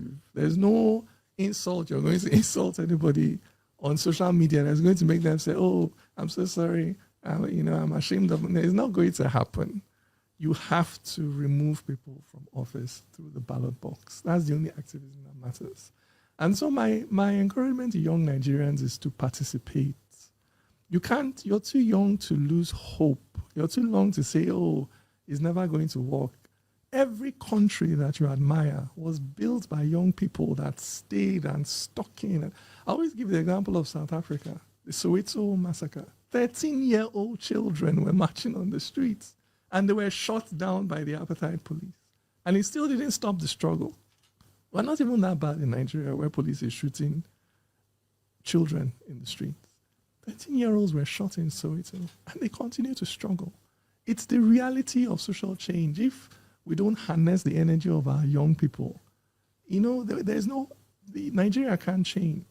But on the flip side, you need political ideologies, you need political narratives that inspire young people. The problem is that young people are not hearing or seeing anything in the political space that's inspiring. So if things stay as they are, what you see in 2027 is that even less people will vote. The number of votes, maybe the president will now win with 5 million votes. It will just be dropping. Because a lot of people have completely tuned off. Politics is not inspiring. And that's why we need new narratives. That's why we need new forms of political organization. Because the moment, look at Obama's victory, he brought new voters to the polling unit. That was all. You have to bring a new electorate. People that are already voting, they are setting their habit. They will vote APC or PDP out of habit. If you want to break that cycle, you have to bring new electorates to the polling unit. And that needs a new narrative, a new style, a new way of talking and thinking and organizing that can catch the imagination of young people. You need to be thinking about today's 13-year-olds, because in 8 years, they're going to be 21. They are the ones, 13, 14, 15, as they are coming up. What are you saying that is exciting and interesting to these people?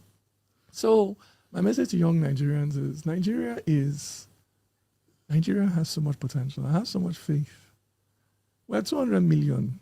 Statistically, at some point, we'll get it right. We can't keep getting it wrong. At some point, we'll get it right. And the moment we get it right, the world will know. They will hear, because of our mass and because of the energy we have. I tell people all the time that Nigerian government doesn't look like Nigerians. Nigerians are agile. They are creative.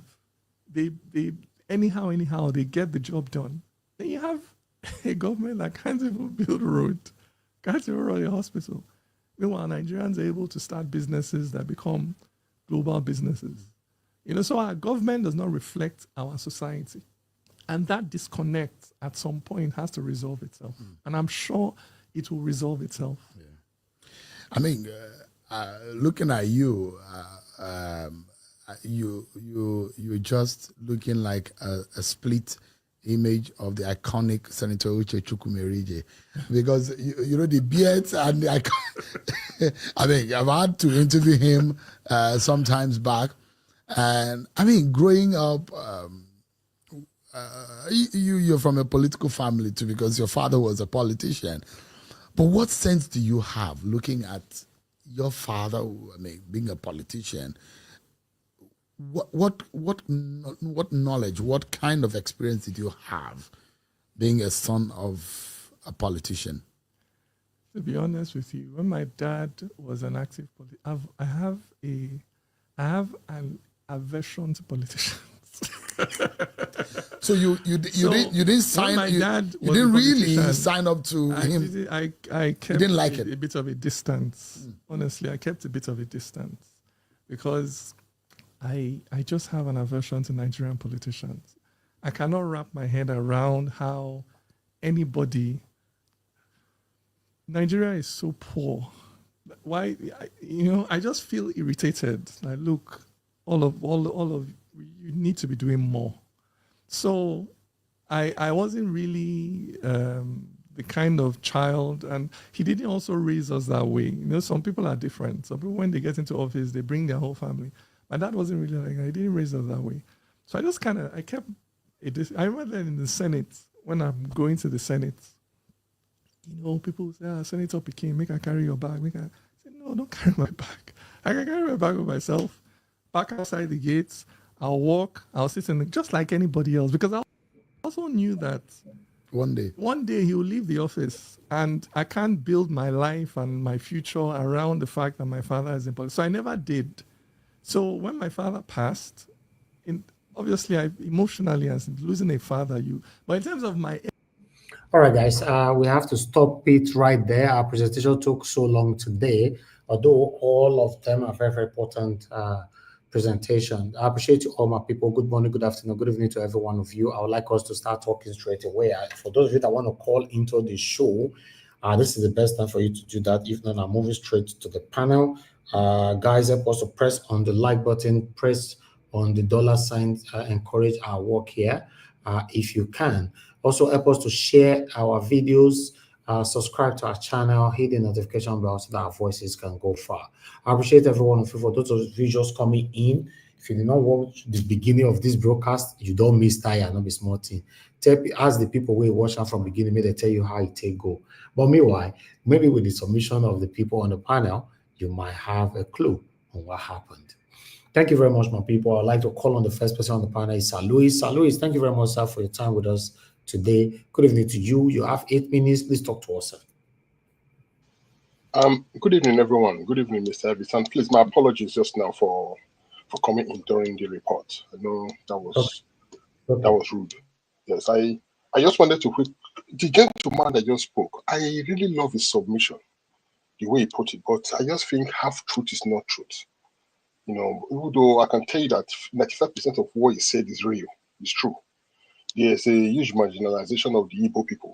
And I've said this, I think I've said it before. I said, if you people do not want the Igbos to remain in Nigeria by also allowing an Igbo man be a president and others, then just let them go. It's just like saying, I belong to a house. You say I belong to the house, but you're not allowing me have the same privilege other people are having in the house. I want to leave and rent an apartment elsewhere.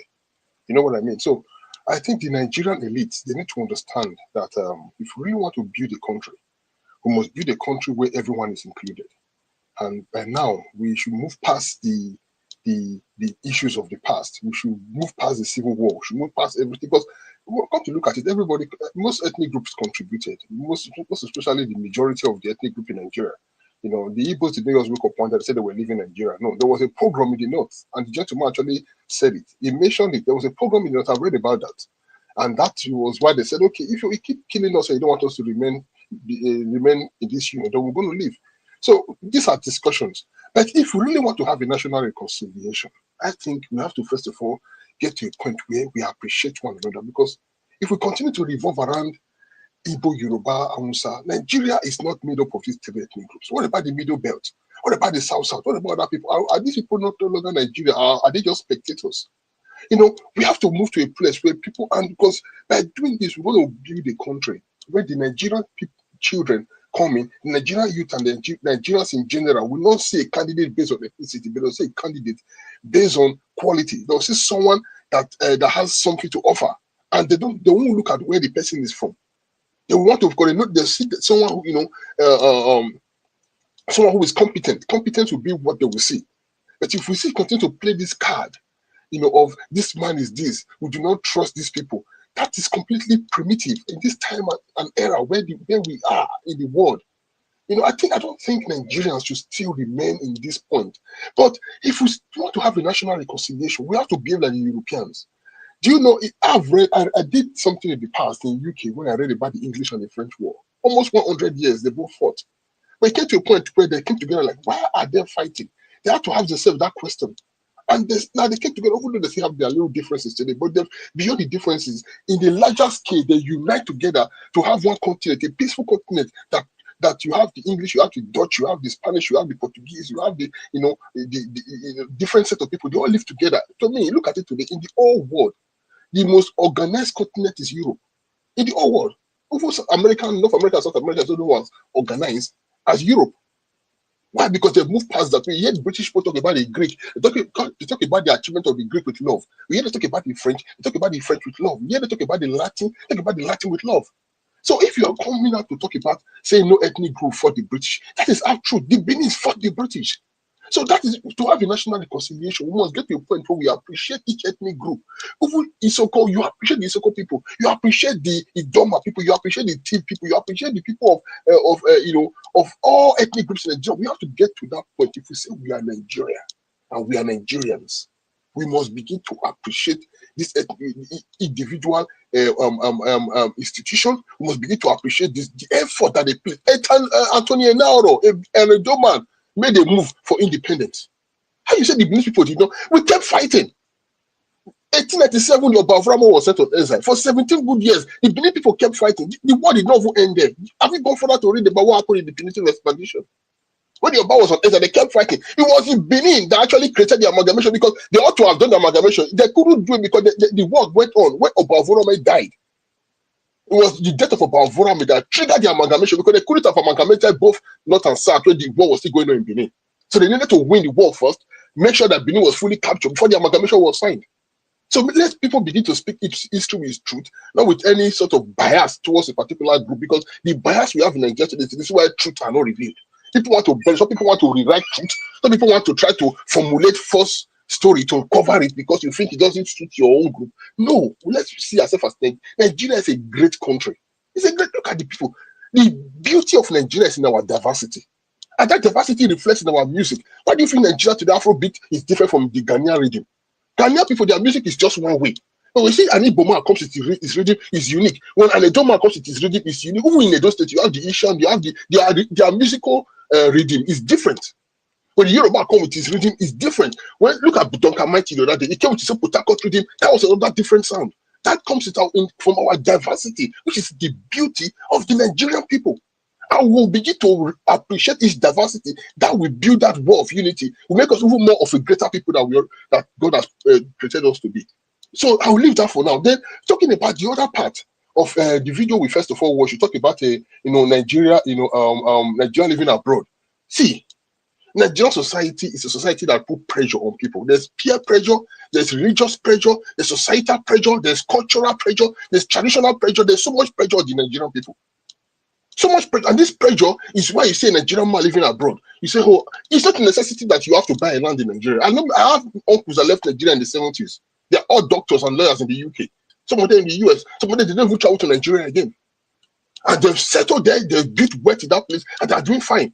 So it's not a necessity. If you want to build a land, have a land in Nigeria, that's fine. There's something wrong. I have properties in Nigeria. There's nothing wrong with that. But it's not a necessity, because if you still continue with that narrative, oh, you live abroad, you've not bought a land, that is still part of the pressure. Part of the pressure. Nigerian society is too full of pressure. In church today, pressure everywhere is pressure. Because the Nigerian people worship luxury. That is the problem. So even when you have a job, you are doing well, you are a professional in your own field, or if you don't showcase that wealth, you don't look at someone who showcases wealth, people see you like you are a failure. That is the Nigerian society, which is wrong. Some people travel abroad today, they don't go to the Nigerian community, they don't go to the Nigerian church, they don't go anywhere because they want to stay away from the Nigerian pressure, which they don't think is too much of a burden to carry. So we have to take it easy. This pressure is also what goes for a lady who is in her 20s. She's career obsessed, working out to become a better person. People will say, this woman, you never see married, or your friends don't marry, and that is pressure. She's not trying to work hard because she wants to get married like her friends. Even when she's married, people, because of that pressure, she will stay. Even if the husband is an abusive husband, she will stay in the marriage. Because if she leaves the man, what will the society say? Because of what will people say, has destroyed so many people. A lady will stay in the marriage, even when the husband is abusing her. The mother will say, my daughter, stay now. If you leave now, people will laugh at me. That's why my child did not stay in marriage. Pressure already. So there's so much pressure in our society. Let's take it easy. A man who is doing his own way, who went to America, if he want to go back to Nigeria to buy a plot of land, that is his business. If he doesn't want to go, that is his business. Let's stop this whole pressure. The pressure is too much, and that pressure is what is affecting the young Gen Zs today. Why should a young boy be thinking of beheading his girlfriend for money? Pressure. And that pressure for someone who is dysfunctional, who did not come from a good home, no parental upbringing, no better parental upbringing, that pressure can make them become a different person. That's why you have so many young men today, like I said some years ago. I said so many of the Nigerian young men today are vampires on the Nigerian street. Some of them, they came from bad background, no better parental upbringing. They didn't have a father that taught them well. So that pressure now falls on them from that dysfunctional upbringing. So what do you expect for such a person? So let's take it easy. Nigeria is a great country. We will do well, and I think we have to start appreciating each other to make it a better nation. Thank you. All right, Mr. Abdul Malik, please off your camera now. Wait till they look for your ceiling now. You just on camera, they show us your ceiling. Thank you very much, Sir Louis. Thank you very much. That's a wonderful submission right there. Thank you. Although I don't know if it's pressure, because sometimes we do pass ourselves. So if not pressure, I don't know, because it's not compulsory. You must succumb to this pressure. You can stay away from it. Even Nigerians that have traveled out of Nigeria, the pressure is still following them. Where's the pressure coming from? I played the video earlier on. Learn to say no, regardless of whatever people will think about you. Just say no and focus on your own life first. It's very, very important. I understand it's difficult for us to learn this, but this pressure sometimes can lead you to your early grave as well. Thank you very much, sir. That's a wonderful submission. I'd like to come to Madam Patricia. Thank you very much, ma'am. Good evening to you. Before you speak, I would like to quickly appreciate Peggy Modi. Thank you very much, ma'am, for all that you do. Thanks for the super chat, and thanks for your renewal on the membership program on Nigeria Watch Media. I'm very, very grateful. Madam Patricia, you have the floor. Please talk to us. 8 minutes. Good evening again, Mr. Elvis. Good evening, Nigerians. Mommy Diaspora, good evening. Thank you for all you do for us. It's great to be here again today. Hit on the like and share button.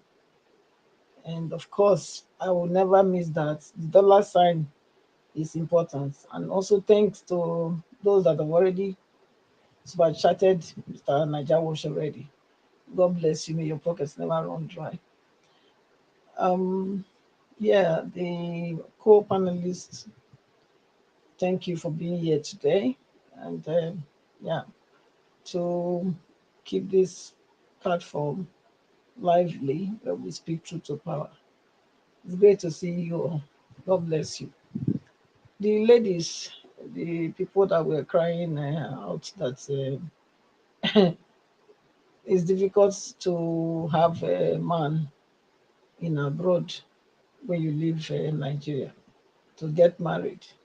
Yeah, I think all those many people that responded, they already said a lot actually, which many hit the nail on the head. Because really and really, if you are doing how many jobs, you know, in a day, we only have 24 hours in a day. You use 14 hours to go here and there, you know, then at the end of the day, there's no energy left, and I don't know where what they want to do with all those money, you know. So I think those people that responded, answered her on line, I think they did justice to it. Everything they said was accurate. Nothing was wrong. And the other lady that talked about women not being submissive, hence the rate of the high rate of unmarried women or divorcee. Yes, that can also be an issue, but there's also another percentage of them, maybe probably due to the molestation of their partner, you know, they can choose to be alone, you know. So that's another angle of looking at that. But of course, a man is supposed to be the head, whether a woman like it or not. You know, mutual respect is very important. Any woman that decide that they want to be equal with their husband, they will not have husband. That is sure banker, because the that's how God made it. The man is the head of the family. You know, the man is the head of the home. So a woman that look at their husband and want to be bossing them around, you can boss the man around maybe 1 year, 2 years when the love, when that first love is, you know, when they say the love, what they call it, well, you know, when you first meet a woman now, or you meet a man, everybody the love they catch you now, you know. So the man can take all those things, but once it becomes like, okay, this is the reality I have to live with every day, I don't think the man will want to do that. He will now start to assert himself as the man that he is in the house, no matter whether he have money or he don't have money. You know, it's just only a question of time. The man will tell you, no, no, no, I am the head, and you know, so the woman just have to go. So if a woman really want to really stay, be in their husband house, yes, in a way they have to be humble. You know, there are many things you see and you just turn a blind eye to it.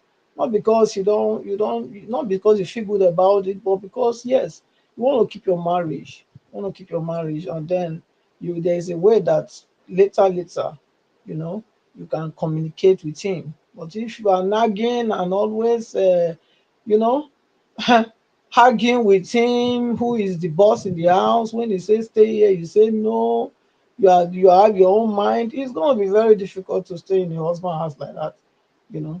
Because before you came together, you're supposed to know that, you know, going to marrying a man, then you are already giving up everything that you are as a woman, because you are going to drop your father's name and take his own surname. So that already shows you that, you know, you are already under somebody, you know. So I don't see any reason why having going to marriage and then still thinking you want to keep your identity and be, you can keep your identity, but then respect your husband. Very, very, very important. Yes. The guy that was talking, this last guy that spoke about whether no ethnic group defeated anybody. I think that was a lie. And this is the narrative that many are spinning or spilling online. You know, they are trying to deny the fact that the empire, Benin Empire, is an empire that ruled most, one of the greatest empire ever that ever existed.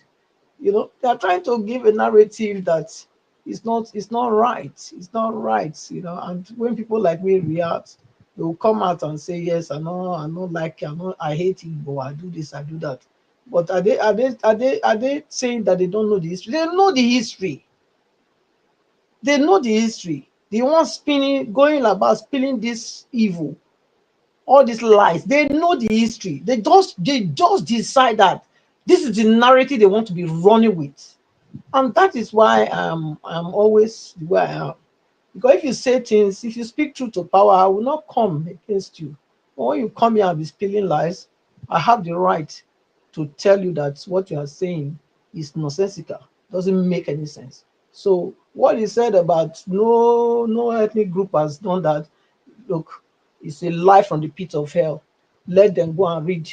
Let them go and if they don't, if you think he doesn't know, you can even, go to any museum, you will find it in Europe. I think he has traveled, according to what he's saying. So based on his English, he has traveled. So you can go. You can go to Portugal, go to UK, go even to Italian museum. You will find it there. The Benin Empire. There's nowhere they don't know Benin Empire. So nobody can come and tell me that they didn't fight any war. Nobody here was able to defeat people. Before they could bring Benin Empire down, it was all the whole Europe that came. British could not. The British alone, they could not. They couldn't. So it was like these United Nations that they brought together, Europe, United Nations. Then maybe that's how they even decided to go to have this United Nation. Who know for them? Because that's how they brought Benin Empire down. If it was British alone, I tell you, the way they first came, Edo defeated them. Now we defeated them, so nobody will come here and be speaking lies. Thank you, Mr. Elvis. I don't.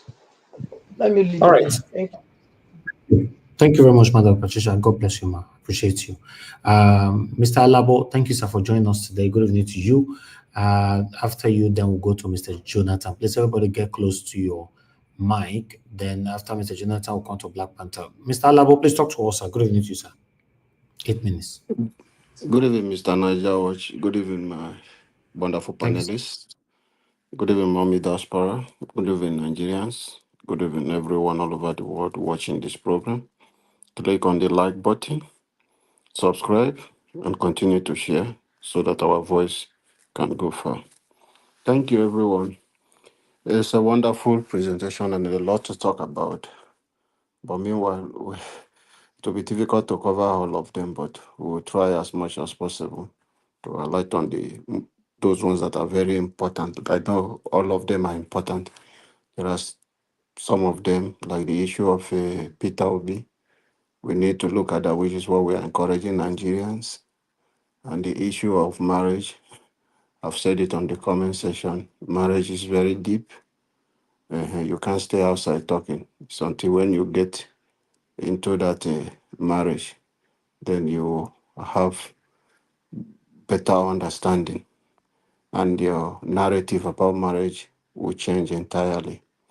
So it's something we should be careful about when you are single and you think, because of experience of some people who could not keep their marriages, and because of that, you say, marriage is not important. Some people say that they want to be doing baby mama.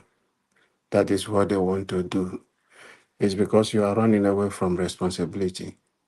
And why our society is where we are today, and many societies is suffering today, even in Western world, they are struggling. They have their children in places where people have to mental home, places where people have to support to engage those children, bring them back. If we have good parenting and a better family, most of those children ending up in those places are children born out of no father, no trace of father. Some of them in the Western world, they just give birth because they want benefit from government. They don't care about the consequences. Today, they are causing so much problem in the society. So marriage is deep. It's very important when you are together. And the father, they are key to marriage. Mommy will do. They are so emotional when it comes to children. Father, they are emotional. They love their children. But sometimes they put measures in place to safeguard those children. Because if you don't protect your home and do those things to help your children, they will understand there is consequences to every action they do.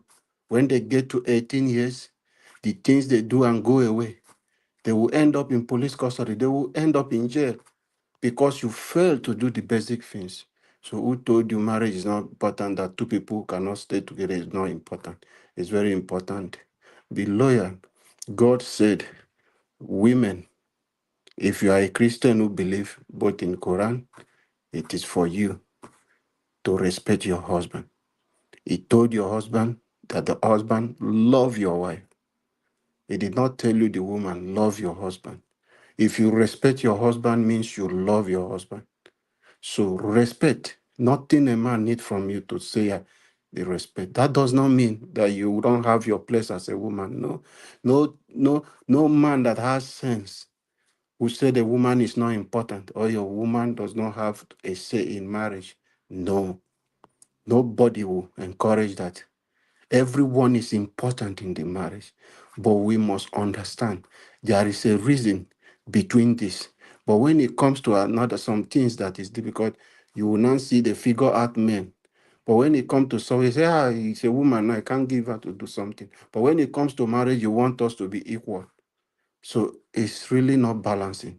So we have to look into this and see how you can fix your marriage. Don't listen to all those people side talk and this. Respect your man. If you are a nagging woman, if you are a woman who abuses your husband will have a serious problem. He might not tell you to your face, but that love will drop. What he will be seeing you, he might even lose feelings for you. He will be seeing somebody, even no matter how that person. That is why you see, you wonder a man has said his wife is beautiful in the house, but see the side chicks, it's nothing to talk about. It's because that side chick honor the person and the respect is doing what you failed to do. But that does not give us access for us to go and begin to cheat on our marriages. But we must have to address this issue. Fix your home. That is why the Bible said you are a virtuous woman. Keep your home and save your marriage. That is the one side of a marriage. Nigerians, we need to wake up. Like our brother Chukwumerije was talking. Yeah, it is time for us Nigerians to wake up because the politicians are not going to help us. That is my cry every day on social media. You don't wait, they can't come to help us to save this country. It's not the same politicians who destroy the nation that you think they can build. It is not the same criminals who has looted your treasury that you think they can fix the country for you. Whatever they are giving to you today, if they tell you, go deep there and see how much they are looting, then you will be shocked. You will think they have given you education. They have given you student loan. But if you go deep and see, you call them Mr. Project. If you know how much that a genuine government will do with that project, that they will put a project that can cost like 2 billion, they will put it 10 billion. They inflate the prices and do those things. So that is the area we're talking of. Peter Obi being different from these people. He would have managed the situation. He would have cost the cost of governance. These are the difference. Even if it is at the point if Peter Obi got there and see that these are the only options, the decision which Tinubu is taking, he would have done it, but not in this kind of pain that Nigerians are going through. That is the difference the man keeps saying. I said I will remove subsidy, but not in this manner. I have my own plan. Everybody has it. But the way it is today, because the people there are corrupt, pardon me, the people there are corrupt minded. They are not concerned about our nation development. They are not concerned about Nigeria. They are just selfish people who are just concerned about what they want to take from the post. That is the problem we are having today. Niger was you presented the EFCC case yesterday. What is our process of recruitment? What is the process of you looking at people? In the Western world, for you to go into employment, you have a lot of process you will go through, your references, and this, you must pass through references. After you go for the interview, they will put that interview for thousands of people. You will come, they will look at your response, your approach to that job. After looking at your approach, they will now ask you for references. You will send your references, they will refer to the place you've worked before to know more about you. Then they have another thing. If All right, people sir. who are Your time is up. okay, Round up. sorry, let me round up. So some people who are working in some places, they can even do a check from government website to see who you are if you have any criminal record. But in the case of Nigerians, you find out a criminal gang, some cultist people will just make connection to send one of their members to join police, giving them information from police. People who have money, politicians will put their people in position of institution, giving them information and working. How can criminals All take right. over our institution and make it better? So in my next session, I think I will do more of this. Thank you, Mr. Najawa. Sorry for taking much time. No, that's fine, Mr. Alabo. Thank you very much, sir. I appreciate you. God bless you. Mr. Jonathan, please, you have the floor. Good evening to you. Please talk to us. Hello, Mr. Ivis. How are you? I'm fine, sir. Good evening to you, Thank sir. you. Please, you Yeah, have. thank you. Happy Sunday. I greet you. God bless you. I greet fellow panelists. Welcome. And Omi Diaspora, I greet you. Happy Sunday. God bless you abundantly. And all the commenters and the callers, I greet everyone. Welcome. I think, panelists that spoke earlier have said, most of the areas that I want to touch on. So I won't really have more, though a lot was presented, but I have less to say. Madam Patricia, she said that was a lie from the pit of hell. Yes, that was actually what I wanted to say with respect to Dike Chukwumerije's comment. I will touch that later on. But with respect to marriage, sometimes when you listen to people talk just because of they have to.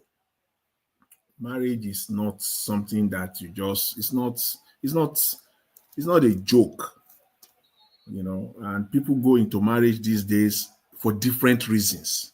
The primary purpose of marriage has been left aside. And so they go in there for their own, because of their own objective, what they want to achieve. And when those objectives, once they get in there, some of those objectives are short term, some of them are immediate. They want to achieve it immediate. Some of them are short term, some of them are long. So the immediate one, once it's not working, they are not achieving it, the problem kicks in. And then the short one. So that's why you see marriages that collapse now within a year, because all the objectives are immediate objectives, which means they expect it to be achieved within a short period of time. Once that is not, everything collapses. So who benefits from marriage, men or women? For me, I don't even think that should even come up. For those who care to listen, that should not even come up, who benefit, because the first thing is that, why did you go into marriage? That's the question. Why did you go into? It's a mutual thing. It's a mutual thing. You are not going in there because of what you can get for yourself. It is what you can get for both of you. It's a mutual thing. And I give kudos to the ladies that spoke, that presented their short videos. The two ladies, the woman who talked about submission, I give kudos to her. if you really want to learn about marriage, that message that she gave is so deep. So deep. And the other lady, the one who had a hijab on, like an Arab lady, I'm not sure, but she put her comment also. If you want to learn, listen to that too. When you marry, your focus should be on each other. The children are there, fine. You focus on the children for their development in every aspect. But see, your focus should be on, at the end of the day, she says something, it's going to be you and that man, God willing. God willing. And I think she's a young lady, but you see, you learn till you die. The day you are born till the day you die, you continue to learn. You learn from younger people, you learn of people of the same age, you learn of people that are now older than you. That's a message, because I can relate with it. If you like it, take it. If you don't, at your own peril. Your focus will be on your spouse, because at the end of the day, it will be both of you that will be led. For me, for example, in my life, for the very first time, my house is always full. I have 4 kids. At every point in time, there will be one of them at home. Even if I travel, I come back, one of them will be at home. But for the very first time in my life, all my kids are out of the house for one thing or the other. I come to the realization, nobody needs to teach you. I come to it is now me and my wife in the whole structure, the whole building. That woman, you will cherish her, because it is you and her now. The kids are, for whatever reason, they are doing their own thing. They're out of the house, even though not permanently. But you will, and eventually that permanent situation will still occur, because all of them will be, it will be you and that woman. So your focus will be on your spouse. If anything happens to you, it is that woman. If anything happens to you, it is that man. I think that's a big lesson. And for women who are talking about the men is the one that gains more from marriage, I just look at them. It's naivety. Sometimes it's ignorance. You can get anything from your man. Anything you want, you can get it from your man. Sometimes women will just pretend. Sometimes a woman will just, okay, you will just say okay to everything. Okay to everything. It is the man that will even, you don't even need to pressure the man. The man will just, you will get anything and everything you want from a man. All you need to do is just, yes, submissive is not that you are stupid or you are dumb. Get that. It's simple. I don't know what is difficult there, other than this chauvinism, this woman, right, and all the rest of it. And at the end of the day, it's not even helping. You also presented the video of women who are not getting men to marry. It's part of the problem, because they want to eat their cake and have it. They want to eat their cake and have it. You can't. Life is not structured like that. It's give and take. So if you are 40, you are 45, you are not getting married, there are issues that you need to deal with. So I just, that's all I just want to see, have to say on that. My primary message there is that there is nothing like who gains, who is gaining more, who is gaining, nothing like that. It's mutual. It is mutual. And you can get anything from each other. Anything. A smart woman, a wise woman now, not a smart one, a wise woman will get anything from her husband. Get that straight. It's not complicated. You women that are, putting all these things out there, because I think you are causing more problem than solving the problem. Because when younger people are listening to all these things, you are making it even more complicated. It's not complicated. So I'll leave it there, and then I'll quickly round up on Chukwumerije Dike, a brilliant young man. But on this one, I disagree with him emphatically. You are wrong that Nigerians did not oppose colonialism, that no ethnic group came together. Where did you get that from? Where? From what I learned about you, you are a brilliant guy, well studied. So where did you get that from? When I heard that, I was shocked to my marrow that would come from you. So when someone like me say Nigeria is a country of deception, it is not just a fact, it is the truth of the moment. The truth of the moment. Nigeria is a country of deception. And this deception, let's get it clear, it's not only coming from the government, it also comes from Nigerians, citizens, so-called citizens that we call ourselves. Even much more from Nigerians, the Nigerians that made up that space, much more than from the government, that deception. Some, it is pure selfishness, because of pure selfishness. Some, because of politics. And some, because of ignorance. So where will I put Dike Chukwumerije on this one? It is pure, simple ignorance. I'm not saying I'm to put ignorance in the sense that you don't understand what we are talking about. You lack history and knowledge of it. So you are ignorant of what we are talking about. So the British just woke up one morning in 1958, 2 years before independence. They love Nigeria so much, they just declare independence and say Nigeria will get their independence in 1960. They are just so sympathetic. They are just so loving people. This happened. Leaders came together. They fought them. You think they just want to go? Left for them, they will be in Nigeria till the 70s. Even by the time the real money from crude oil, if they were still there by the time the real money from crude was coming, they will go nowhere. Nigeria will be like South Africa. It will be like apartheid.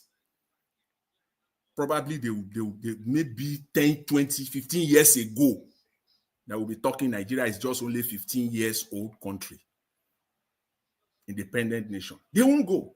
You think they just want to go? People came together. They fought. So I don't understand your position there, what you are trying to say. I just don't get it. And of course, I agree with you in the area that Peter Obi is the best for Nigeria at this time, whether we like it or not. Is whether we like it or not. It's not that is the best person in the entire Nigeria, as we call it today. No. But for now, those that are in this game of politics in Nigeria for now, when you look at them, it's 1, 2, 3 or more. Comparatively, is the best for Nigeria at this time. Even if we want a change, you cannot be doing the same thing all the time and expect a different result. The baby in the womb know that is insanity, and that is what Nigerians are doing. So we need that change. We must get it straight. And finally, again on Dike, with respect to 2027, there must be an electoral reform.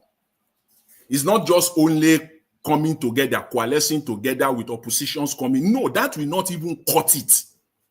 That might surprise you. That might not even cut it. It is the electoral reform, an honest one, that will make a difference. Look at the staggering difference. Over 90 million registered voters, less than 25 million voted. So our reality is just, in front of us. Nigerians must do the right thing if we want to change this country. They are facing it now. They are facing it right now. Nigerians are facing it now. All right. And in fact, Mr. Elvis, let's leave it there for now. Thank you very much. I appreciate it. Thanks everyone. Thank you, Mr. Jonathan. God bless you, sir. Thank you very much for your submission. Black Panther, my brother, it's good to have you on the show. Good evening to you. I beg, talk to us. Thank you, Najawash. Can you hear me clearly? Yes, very clear. Thank you. Okay. Because I'm using my earpiece. I'm in a tight corner. I want to thank everybody that's spoken here. I want to thank the speakers. You people are awesome. Sometimes when I was not here when the Najawash was doing his presentation. I came in when he did the last one. Even the last one, I overheard one thing from Chukwumerije's son, and I was shocked. The last point, one of the last points, Madam Patricia gave, and Brother Jonathan now spoke on it. I want to thank you all. I want to thank all the viewers there. I want to thank Mommy Diaspora. May God continue to bless you, keep you well for us, because we need your wisdom to go through this.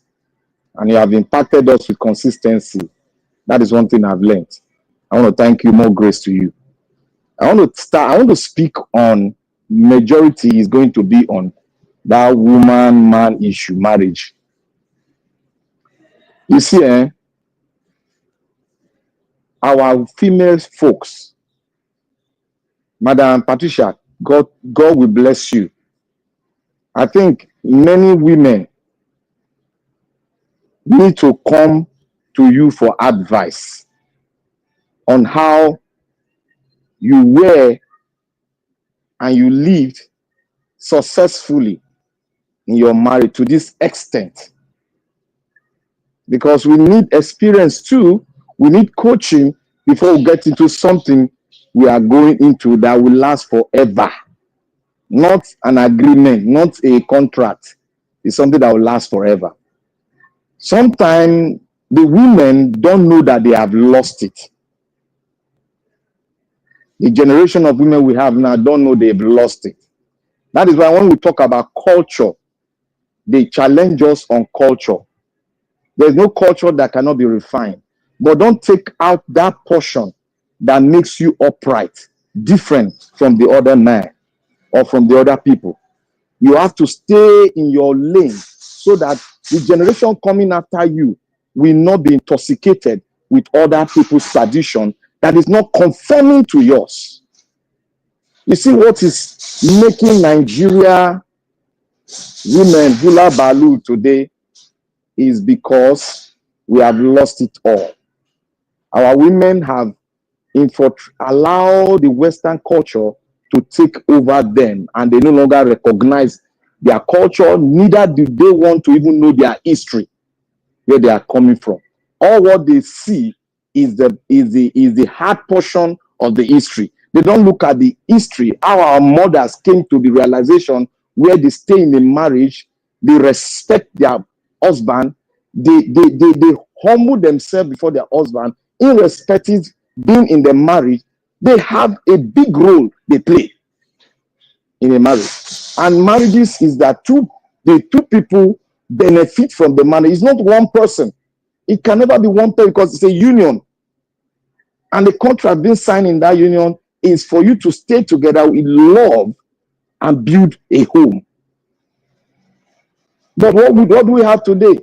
People see marriage as contract.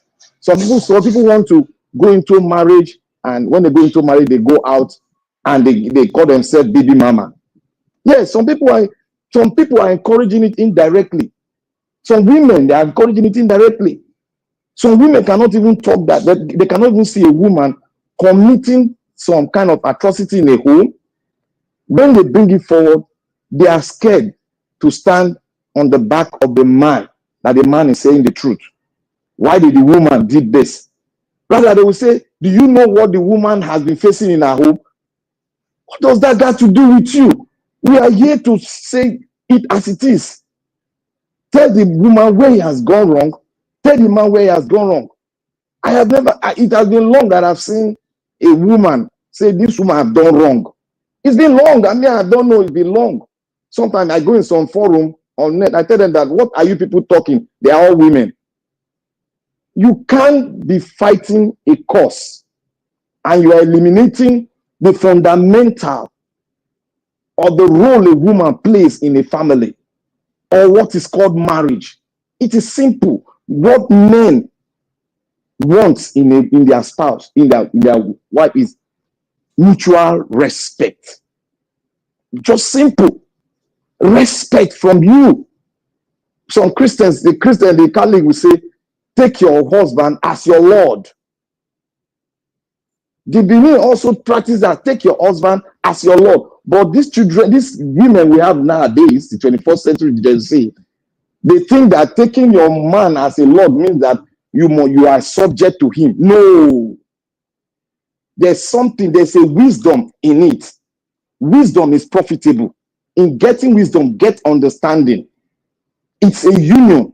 God has made it so. And God, one beautiful thing is that God did not make it compulsory.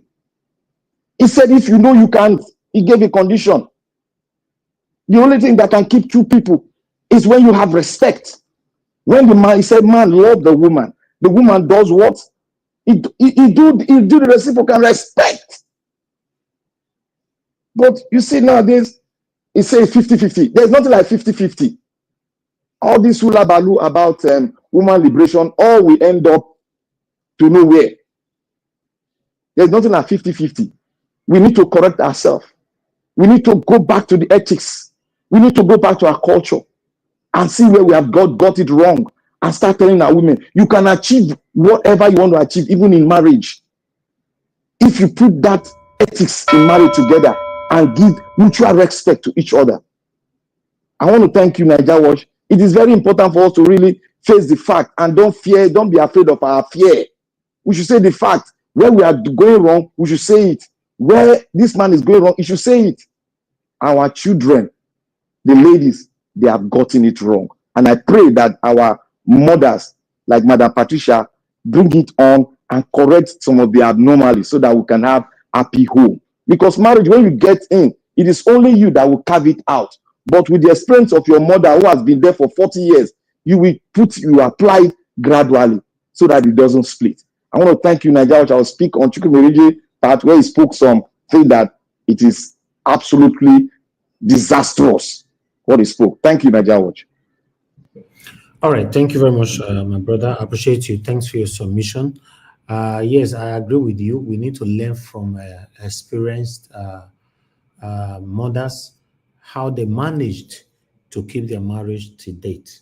Because if you see what is currently trending right now, the comparison, the shoulder to shoulder between husbands and wives is alarming right now. It has gotten to a level where I don't know. I felt promise I'm not going to talk for this matter because if I talk, it will shake more table. But I don't know what is happening. I'm in Nigeria. I see what is happening here. It shows that in that area, they have a long way to go in that area. But I would like us to move on to the last person on the panel, which is Abdul Malik. Abdul Malik, thank you very much, sir, for joining us today. Good evening to you. You have your 8 minutes. Please talk to us. Let's have a final submission. Yeah, good evening, Mr. Naija Watch. Good evening, everybody in the panel. Good evening, Nigeria. This marriage of 18, marriage is very deep something. But nowadays, our boys and girls, the way we marry, understand? Some of them, they are not in love. They marry because of one or two things. Because when you marry because of something is flicking you to being there, that marriage will not last. Yes, will not last. It's just like you marry because of you are targeting something ahead. Okay. Now, if that is not there anymore, what are you going to do? You will leave. That is the reason why you see most of the marriage now they collapse. Because nowadays they don't marry with love. They marry because of either you have money or they have one target they are targeting. Most of the people, that is most of marriage, and that is how it goes. We should tell ourselves truth. And marriage is a secret. Because most of the women, when you marry them, like they have problem in their house, they will go and tell their friends, and you don't know if that your friends is like your marriage, because most of the friends they destroy marriage. Not everything in your home you went to go and tell somebody. It's not right too. We need to have secret. There is something you have secret between you and your wife and your family, not outsider. But nowadays, people they don't have that. They always just talk before you know, because you don't know who like you, don't like you. It's not everybody that open it and laugh with you like you know. Some of them they will put it, but their mind is very bad against you. That is the reason why you saw marriage. Marriage is everlasting, something everlasting. Immediately you are married, you marry. Nobody married to divorce. It's just like it's a curse. When you marry, you are about to divorce, or you drive your wife, or your husband. It's just like curse. It's not good something.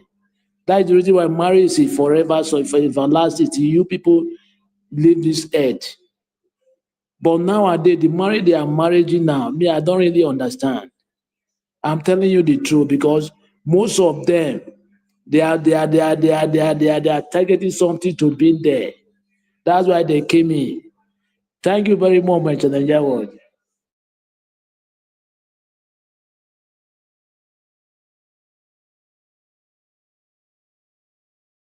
Very much for putting your voice into this. Thank you very much. All right, everyone, we've kind of 2 minutes away round up. If you're right there with us, good morning to your partner on the like button. Thank you, Mazi, for the comment section. Thank you. Christians here. Bless you. Thank you. Going on to Sir Louis, your final submission. Hello? Yes, sir, we can hear you. 2 minutes, please. Right. Just a quick one. So, like I last stated, so I think going forward as Nigeria, we must embrace unity, embrace patriotism, and see every Nigerian as one. And every leader, before the political leader, the traditional leader, the religious leader, they must come together, call their people to order. That is the only way. We must come to a round table, because, like that gentleman said, what happened in the previous election is destroy the interest of the people. In next election, trust me, the turnout is going to be so low. And that will go on and on and on and on, because the youth of today they don't trust the system anymore. They believe elected officials are INEC elected anyway, so they don't think it's the will of the people. So no one cares. So the youth will say, "Why will I come out to vote? My vote will not count, or the election will be rigged." So until they do this, because if they just continue with this, Yoruba man do 8 years, Fulani man come do 8 years. They don't. These guys are so shallow-minded. They are so short-sighted. They don't see what is ahead of them. They don't know that Nigeria is actually it's going to implode. It's going to implode and disintegrate. They don't know that. They don't see. I don't think they know what is happening. So they have to sit, and we have to start. To echo this. Let them hear, to understand that the only way they can solve the situation is to understand that every Nigeria matter, every ethnic group matter, everybody must be carried along. If there's going to be a constitution amendment that we bring a sort of system where this political presidency will be revolving around regions. Let them do that, because if they don't, I'll support that, because they don't do that. The way the system is today, I can tell you that in 50 years to come, you're going to be seeing Igbo man say, when will our turn come? And the Joma will say, when will our turn come? Because Nigeria don't see competence, they see ethnicity. So if they see ethnicity, I will support, they put it in the constitution that the presidency should revolve around regions. So that is the only way you can, maybe each region, when it gets to our region, we will now produce a candidate that we think is more competent to capture their affairs. Because what we have today is some greedy individuals, some satanic individuals, picking who they think will capture the affairs of the Nigerian people at the expense of the majority. And that is not taking us anywhere. Thank you.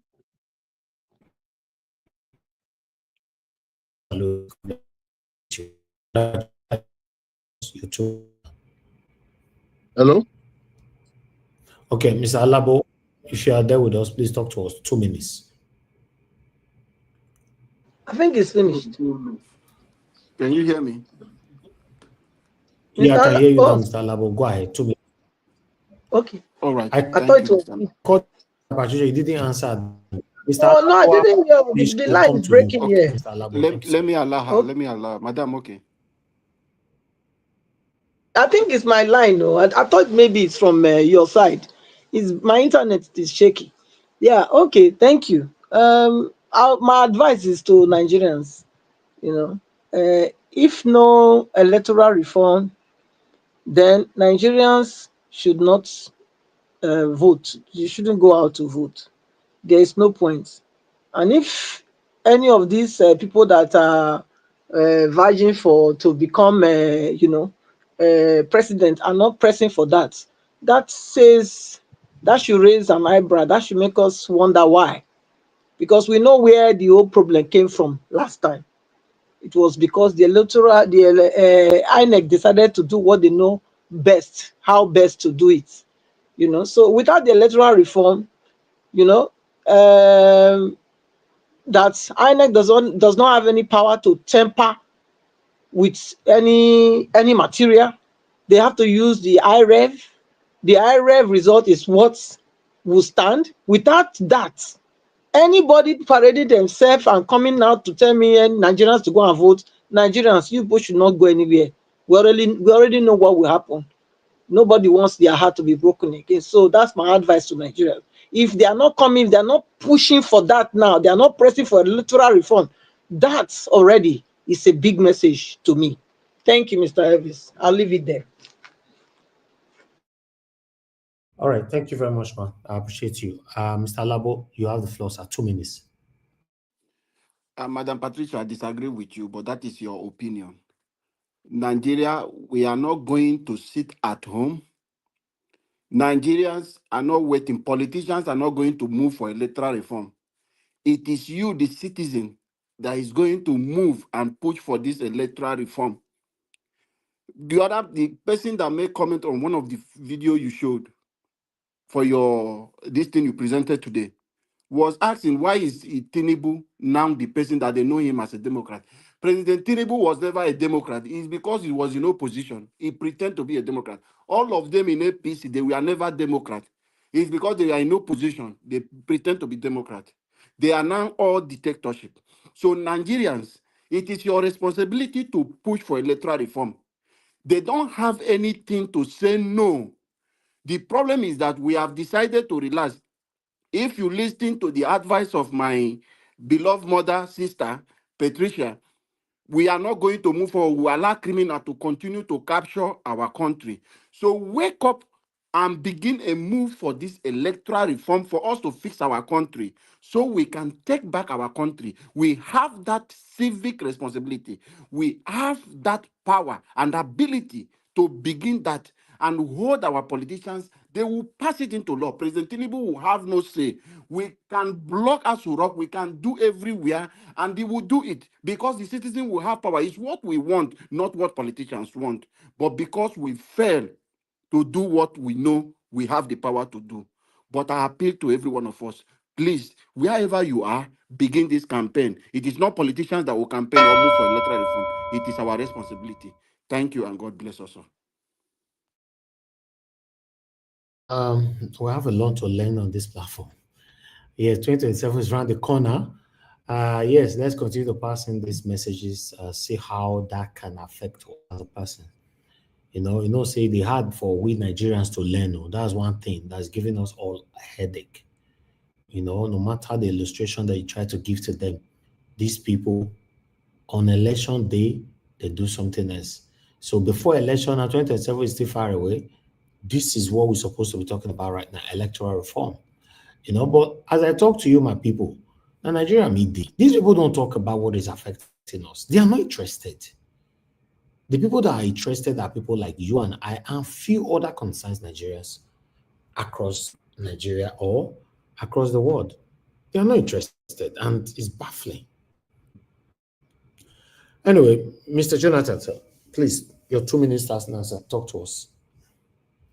Hello, Mr. Harris. Yes, sir. Yeah, okay. Yeah, Mr. Elvis, it's all fine. I'm okay. I don't think I have much to say for today. I think Okay. panelists have taken care of this subject matter effectively. So I thank you, Mr. Elvis. God bless you and fellow panelists. God bless you all. Thank you, sir. Thank you very much, Mr. Jonathan. I appreciate you. Thank you.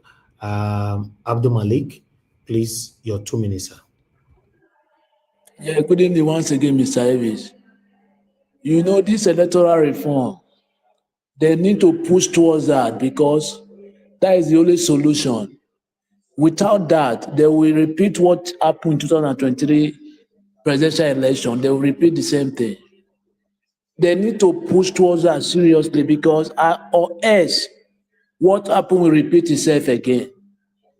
Because they need to put the law, make sure IREF from polling unit to IREF result will be announced, not INEC will announce result with collator center. No, let them announce the result from IREF. That is the best way.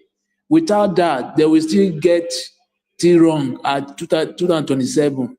Thank you very much, Mr. Evans. All right. Abdul Malik, God bless you, sir. Thank you very much. Black Panther, my brother, if you're there, the 2 minutes now, then we'll come to Mr. Oduwa that just joined the panel, but you're also going to get 2 minutes anyway. Go ahead, sir. Thank you, Mr. Najawash. I want to say this to every black people all around the world. It's common among the Africans. Why do we like jealousing each other tribe when it comes to history? Why do we have to disseminate the history of each other? Are we contesting a throne somewhere? We are writing about the history of who we are. If we write it, we hand over it to our children so that they will pass it over to the next generation, so that there won't be a blank. Because history tells you where you are coming from, and it also navigates where you are going to. If you miss it, you miss it all. Now, the Benin history, I will tell Chukwumerije. I don't know if Naija watch know Chukwumerije, the father is late now, I believe, Senator Chukwumerije. He once served in the Nigerian Military Council. He's even more than what the spokesperson for Buhari is, more worse than him. But what I want to say here is that we should all go back and let every African man should be proud of the Benin history. Likewise, every Benin should be proud of the Yoruba or any other tribe history, because this is propagating our blackness to the world. This is propagating the essence of how creation became and how civilization came about. It is from our forefathers. We need to be proud of it. We don't need to throw that our forefathers, our history down. And one thing about the Nigerian people that I want to say, like what I wrote there, if we don't have a new constitution, then let's dissolve the thing. Nigeria is not yet a country until we revolve back and get that mentality into every Nigerians before we can fight as a unit and move forward. God bless every one of us. God bless Nigeria. Thank you very much. God bless you too, my brother. I appreciate you. Thank you very much, sir. Okay, Mr. Dua, you're just coming in now. I'll give you 2 minutes to talk to us. We're rounding up now. Thank you, sir. Good evening to you. Okay, thank you, Mr. Najawash. Good evening. Happy Sunday. Hope good to do yourself. Well, it was unfortunate that I could no longer enter the time I supposed. I heard that we are talking of marriage, but I cannot go there now. Let me support by our brother, Mr. Labo. Nigeria is only the people that can pursue the reform, electoral reform.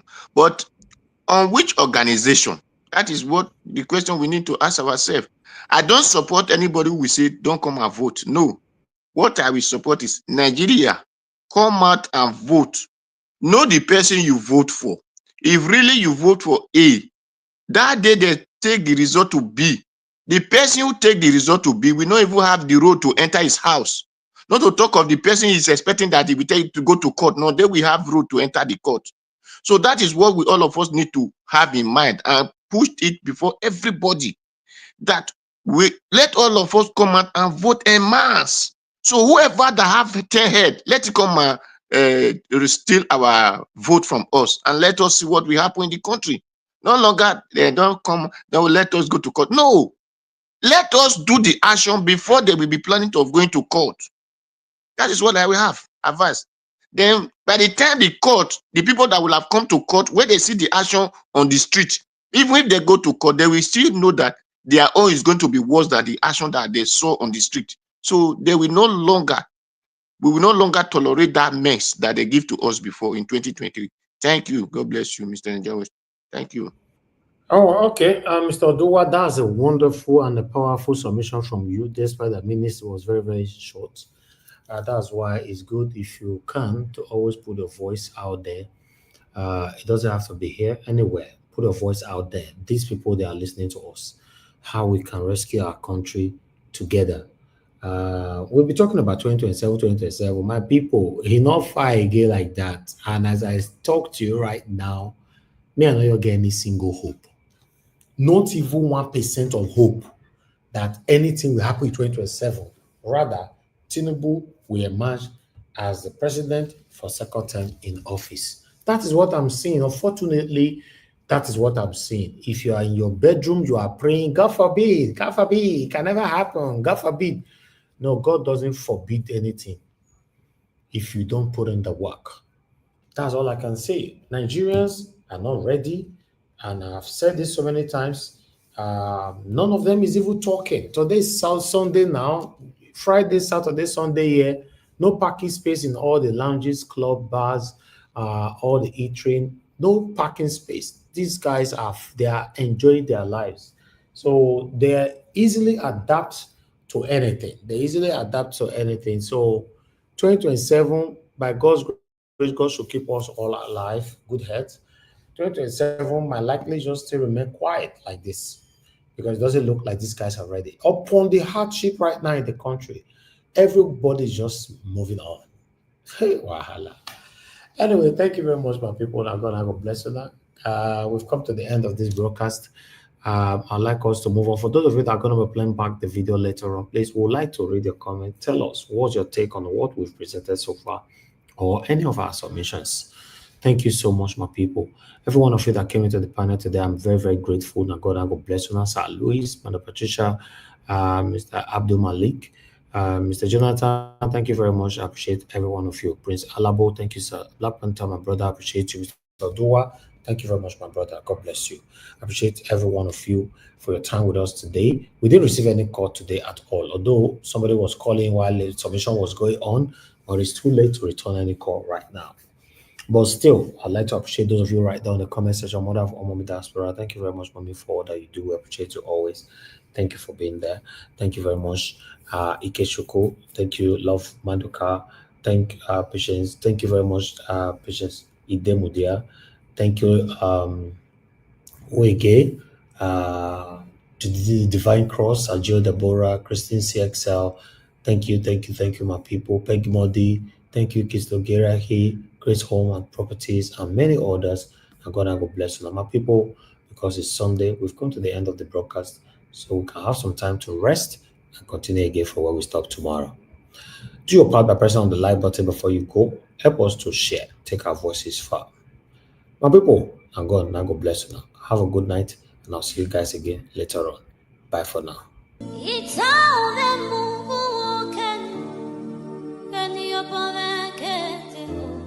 That's right.